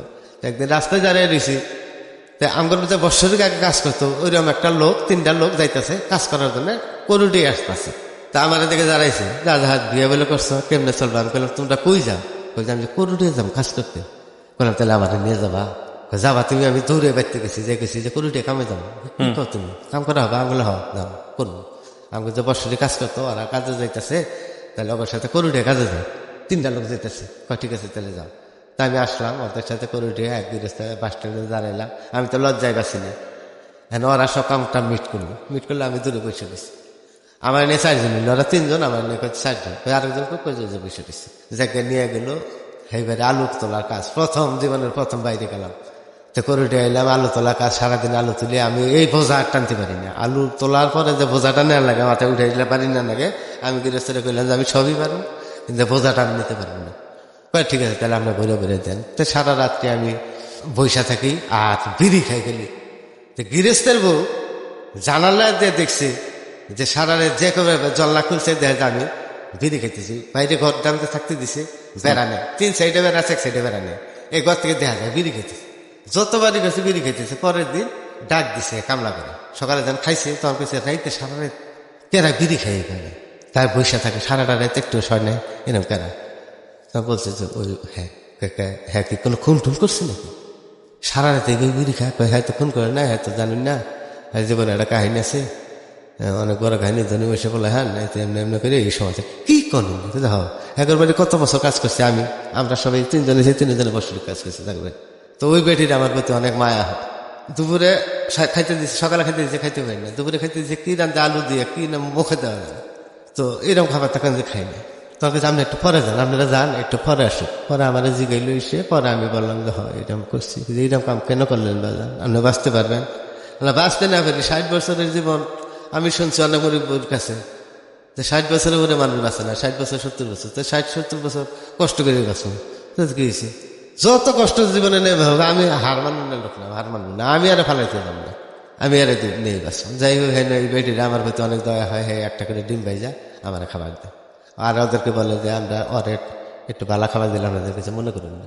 তো এইভাবে হ্যাঁ আমি 7 দিন কাজ করি, প্রথম হ্যান থেকে আসি, 7 দিন কাজ করে আসি, কিছু পয়সা নিয়ে আসি, অসুস্থ হয়ে পড়ি, বাড়িতে কদিন থাকি। এখন কি করি, এইভাবে আরো কিছুদিন চলতে থাকে। মানে আপনার বাড়ি থেকে কোনো সাপোর্টই দিত না, কোনো সাপোর্ট নেই, এর মধ্যে আর কোনো আলাপ নেই। আমার একবার ক্লোজ করে দিচ্ছে, আর সম্পর্ক নেই। বাড়িতে যতদিন যে আত্মীয় স্বজন করলে তার মা এক কথাই বলে যে উত্তর দিকে যে যাবা, সে আমার বাড়িতে আইসো না। যাই হোক, এইভাবে জীবন চললো, কোনো আয় উন্নতি নেই, চলতেই পারি না, কিছুই কিনে দিতে পারি না। ওই জায়গাটা নিয়ে যাই, পরে কাজ করে নিয়ে আসি, ওই কটা যায় কয়দিন যাই আর কি, ওই কদিন কষ্ট করে খাই আবার বাড়ি। এইভাবে চলতে আরেকদিন দোকানের মোড়ে বসে দিচ্ছি, দেহে একটা লোক ঢাকা আসতেছে। আমি কই জানাম না, হ্যাঁ লোকটা আমার কাজ করছে, বর্ষরিক কাজ করছে। কই আমি ঢাকা যাই, রিক্সা চালাই ঢাকা। ঢাকা রিক্সা চালাই, কি বাকি রেট চালাই? কই চালাই, আমার জায়গায় থাকি, কিরকম ইনকাম হয়, এমনি এমনি ইনকাম হয়। এখন আমার নিয়ে যাবে। আমি তখন তার অনুরোধ করি যে আজকে আপনি যাওয়া বন্ধ করেন, আপনি আজকে বাইতে যান, আজকে আমার কালকে নিয়ে যাবেন, আমি কালকে যাবো আপনার সাথে। বাইতে যাওয়া ওয়াইফের সাথে কথা বলি, হ্যাঁ কইতে বাস এটা চালাইতে পারবা তুমি? আমি বললাম না, জানি না, এটা কাজ করেন তো না, এটা কিছু কইটা খান তো না। দেশের মানুষকে কারণ এই আমাদের রাত্রে রাতে অনেক গৃহস্থর কাছে, আমার শ্বশুরের কাছে, যে আমার আগে ভালোবাসতো তাদের কাছে আমি অনুরোধ করছি অনেক, যে আমার লেবারি নেওয়ার জন্য। অনেক কাজ তো অনেক কাজ রাতে করা হয়, তারা আল্লাহ আসছে না, তোমার তো কাজ করা সম্ভব না, তোমার পরিবার কি মনে করবো, আর আমার গোষ্ঠী মানে তুমি আমার কাম করবো, এটা সহ্য করার মতো না, আমরা নিতে পারবো না। আল্লাহ আসছে এলাকায় তো কাজ করার কোনো সুযোগই পাই না। পরে প্রথম তারপরের দিন লোকটা ফেরত যায়, যাই পরে আমার নিয়ে আসে। পরের দিন সেই লোকটার সাথে আমি ঢাকা আসি, রামপুরা প্রথম। রামপুরা আইসা একটা রিক্সা নে, রাত্রে এসে পৌঁছি, হ্যাঁ রিক্সায় ওঠে আর আমার বলে যে চালাও। তাই আমি চালাইতে থাকি আমার সামনে শাপলা চত্বর পরে, দুয়ের চক্কর পরে। তারপর কই যে জায়গা চিনে এবার রাত্রে আমি চালাইতেছি, দেখাইতেছি আমার জায়গা পরিস্থিতি। ঘুরে ঘুরে রাত 12টা 1টার দিকে আমি বেরিয়ে যাচ্ছিলাম। পরের দিন আমার বললো যে তুমি এক কাজ করবা, শুধু রামপুরা টিভি সেন্টার আবা আর মৌসাক যাবা, 3 টাকা ভাড়া, তখন আর কোনো জায়গায় যাওয়ার তোমার দরকার নেই। মানে রিক্সাও চালানো? হ্যাঁ, এই তো রিক্সা চালানো শুরু করলাম। তো রামপুরার থেকে আমি যাই মৌসাক, আর কোনো দিকেই না। মৌসাক দাঁড়াই থেকে মৌসাক থেকে আবার 3 টাকা নিয়ে আসি রামপুরা। হয় ও লন্ডনটা হি নয় করবো রামপুরা যায়, আর কোনো দিকে না, সাহস পাই না, ভয় কোন দিকে কমে যাবো, আর কোনো খাইবি না। এইবার করে করে করে 7 দিন করে থাকে, কিছু কিছু পয়সা নিয়ে যায়, আর চলতে পারি না, খাইতে পারি না। এনে মেসে আর রান্ধে, ভাতের গন্ধে এলার খাইতে পারি না। মুড়ি খেয়ে থাকতে থাকতে পেট সবসময় খারাপ থাকতো, সবসময় পেট নষ্ট হয়ে থাকতো, পেট নামতো সবসময়। তো মুড়ি খাইতাম, থাকতাম এইভাবে জীবন চলতে চলতে চলতে চলতে একদিন বড় চাষির সাথে বাড়িতে, আমার সাথে বড় চাষি একদিন রাত্রে আমার দেখা করতে গেছে আমার কাছে। রাত্রে দেখা করবার যে কইতেছে যে গরিবের হাত ধরছে বাবা, ছাইরো না, আমি আসছি তোমার কাছে। আমি বললাম জীবনও ছাড়বো না, আমি তোমার সাপোর্ট করবো। তখন আমি মধুপুর আসছি একটা বাজারে এসে, বাজার থেকে জামালপুর রোডে আমি কেন যেন হাঁটতে আসছি, ওখানে একটা পেট্রোল পাম্প আছে। পেট্রোল পাম্পে একটা লোকের সাথে আমার পরিচয় হইলো, আগে আমি চিনতাম, ওই লোকটার সাথে দেখা। হ্যাঁ লোকটা জানে যে আমি গরিবের মেয়ে বিয়ে করছি। হ্যাঁ লোকটা আমার পছন্দ, এই তুমি বলে বিয়ে করছো আমাকে, হেঁটেই বলে বিয়ে করছো, আমার হাও করছি, এখন কি করে বাঁচবো? আমি তাকে জিগেলাম যে তোমার এই পেট্রোল পাম্প আর চাকরি নিয়ে দেন যাবো? কয় যায় রে পাগল, তোমার যে বড় চাষি আছে, তোমার বড় চাষির ভাই দিতে পাম আছে, তুমি হেনে চেষ্টা করলে পারো। এই তো সেদিন আমার মনে হইলো যে হ্যাঁ হ্যাঁ, এইটা তো আমার জীবনে এতদিনে তো এত বছরে তো আমার এটা মনে নেই যে আমার বড় চাষি মামা তো ভাইয়ের পাম আছে। চাষিরে বললাম, চাষি আপনার তো ভাইয়ের যে পাম আছে, মামা তো ভাই, ওই পাম্প আমার চাকরি নিয়ে দেন। এতদিন মনে করিস না, এত বছর মনে করিস না, এক্ষুনি আমি যাইতেছি। সাথে সাথে বুবু আমার বড় চাষি বোরকা পরে, ওইটা রাত্রে আসলে পর দেশে মালিকরে বলে, কয় যে না, হ্যাঁ না করে বসে, কই যা যা তো আপনার গোষ্ঠী ফকির মেয়ে বিয়ে করছে, গরিবের মেয়ে বিয়ে করছে, এই জন্য কাজ দিবেন? হ্যাঁ, এটা বুঝে আপনি কি কর, ও তো খারাপ, হয়তো খারাপ না, কি আর খারাপ, কোন লোভ লালস হয়ে গেছে, এটা গরিব হ্যাঁ মানুষ না, বিয়ে করছে, কোন স্বার্থ দেখছে, বরং তো বাপের সব কিছু ত্যাগ করছে। তো ওই তো প্রকৃত মানুষ, তো চাকরি জানে কথা, তুই চাকরি দিবি, আমি বলছি তুই চাকরি দিবি, তাহলে হাবারা করে নিয়ে আমি মনে আছে বলে গেছে, না ঠিক আছে আপনি কেছেন আমি চাকরি দিবি। ওর গোষ্ঠীর থেকে তো আর কিছু করবো না, কয় না কিছু করবো না, কতদিন চলতেছে, এরা কত কষ্ট করতেছে, এটা চাকরি দিই। তো পরে তো ঠিক আছে কালকে পাঠিয়ে দেন। এই তো আমার চাকরি হইলো, এই তো জীবন যুদ্ধ শুরু হইলো, আবার নতুন করে এই তো চাকরি হইলো। এখন খাবার নাই ঘরে, কত কষ্ট কইরা এই চাকরি করা শুরু করলাম, সকাল 8টার থেকে রাত 10টা পর্যন্ত, একটা না কাজ। 1000 টাকা প্রথম মাসে বেতন পাইলাম, 1000 টাকা প্রথম বেতন পাইয়া এই তো 200 টাকা ওর থেকে সঞ্চয় করলাম, এই তো জীবনে শুরু করলাম। আপনি বললাম দাও এই 800 টাকা জীবনে প্রথম, 1000 টাকা জীবনে প্রথম তখন আমার হাতে। ঢাকাতে তখন আপনি? না, তাহলে এটা কোথায়? দেশে। দেশের কোথায়? মধ্যপুরে। ওখানে বসে পেট্রোল পাম্পে কাজ করতেন? হ্যাঁ, বাড়ির থেকে বড় চাষি নিয়ে দিল, ওইটা বড় চাষি নিয়ে দিল 1 মাসে। এটা কিন্তু রিক্সা চালানোর পরে, কত কাজ করার পরে, 9 মাস খেতা শিলানির পরে, কত কিছুর পরে, আমাদের বিবাহিত জীবন আমার কাছে 4-5 বছর, এতদিনে 10 পয়সা সঞ্চয় করতে পারি না, 1 টাকা দিতে পারি না, একটা জামাও তাহলে দিতে পারি না। কোনোদিন কোনো সমস্যা হয়নি সংসার জীবনে? না, সমস্যা না। আমরা 2 দিনের মধ্যে। কত বছরের সংসার জীবন আপনাদের এখন? হ্যাঁ, 26 বছর। তো 26 বছরের জীবনে পাইছেন? বাবা বেঁচে আছে? হ্যাঁ, না বাবা বেঁচে নেই। মা বেঁচে আছে? হ্যাঁ, মা আছে। জমি জমি কিছু পেয়েছেন? দিয়েছে আপনাদেরকে? দেয় নাই? আপনি কি করেছেন এই 26 বছরে? কি করছেন আপনি? সবই করছি, আর আমার সংসারে অনেক কিছুই আছে। কি রকম? জমি টমি কিনতে পারছেন? জমি কিনি নাই, জমি কিন্তু ভোগ রাখছে অনেক। আচ্ছা, মানে বর্গা রেখেছেন নিজের কাছে, মানে বন্ধক হিসেবে নিচ্ছি, বন্ধক হিসেবে নিচ্ছেন। আপনার ছেলে মেয়ে কয়জন? এক ছেলে এক মেয়ে। তো সংসার জীবনে সুখী আপনি আপনার ওয়াইফের সাথে? অবশ্যই, আমার জীবনে হ্যার ছাড়া আর আমার জন্য কিছু। বাড়ি ঘর করতে পারছেন? হ্যাঁ, বাড়ি ঘর করছি নিজের এলাকায়। বর্তমান বাড়ি ভিটে গেছি, বাপের ভিটে গেছি বর্তমান। আচ্ছা, যদিও জমি আমার নেই, জমি পরে আরো কাহিনী আছে এর মধ্যে। ওই কাহিনী অনেক আছে আমি জানি, কিন্তু কাহিনীর জায়গাটা আমি সংক্ষিপ্ত করে জমিটা নিয়ে গেছে পরে, মা সব নিয়ে গেছে, বাড়ি ভিটে সব নিয়ে নেই। না সেটা নেই, সমস্যা নেই। আমার কথা হচ্ছে মাই তো নিয়েছে, ওই জায়গাটা কমপ্লেন নাই বার করি।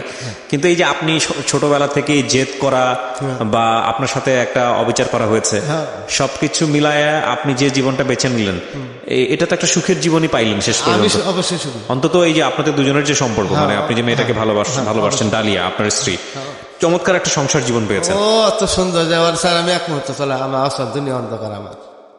স্যার আমি একদিনে বাঁচতে পারবি না। কেন বললেন আজকে এই জীবন গল্পটা আপনি কেন বললেন লাখ লাখ মানুষের কাছে? আমি গল্পটা মূলত বলা যে এই যে আমি আজও বুঝলাম না আসলে আমি ভুল করলাম না ন্যায় না অন্যায় করলাম। আমি যে এই যে জিত করলাম ছোট থেকে, এই যে এত ত্যাগ করলাম, এত কষ্ট করলাম, ভুলই করলাম না ন্যায় করলাম না অন্যায় করলাম, আমি আজও বুঝতে পারলাম। কিছু কিছু জায়গাতে আসলে জাস্টিফিকেশনের জায়গায় যাওয়ার কোনো সুযোগ নাই। প্রথম কথা হচ্ছে সে আপনার মা, জন্মদাত্রী মা, সুতরাং মার সাথে ভুল সূত্রের হিসাব নাই, এটা হচ্ছে বিষয়। কখনো শোধ করতে পারবেন না। জন্ম আপনাকে পেটে ধরছে, 10 মাস কষ্ট করছে, এটাই সারা জীবন শোধ করার মতো না। কিন্তু আপনি যে আরেকটা মেয়ের প্রতি যে পরিমাণ কমিটেড ছিলেন, যে পরিমাণ মানে স্নেহ দিয়েছেন, ভালোবাসা দিয়েছেন, সংসার করেছেন, করছেন এখনো প্রায় 2 যুগেরও বেশি সময় ধরে, এই জায়গাটায় আপনি কোনো ভুল করেননি। এই জায়গাটায় আপনি অবশ্যই নীতিবান মানুষ ছিলেন। এই জায়গাটায় আপনার শ্রদ্ধা পাওয়ার মতো। প্রিয় শ্রোতা, শেষ হচ্ছে আজকের এই জীবন গল্প। আপনারা অনেক ভালো থাকুন। এই সহজ সরল মানুষগুলোই আমাদের দেশটাকে এগিয়ে নিচ্ছে, তাদের সুন্দর জীবনগুলো আমাদের কাছে অনেক বড় পাথেয়। অনেক অনেক ধন্যবাদ। আজকের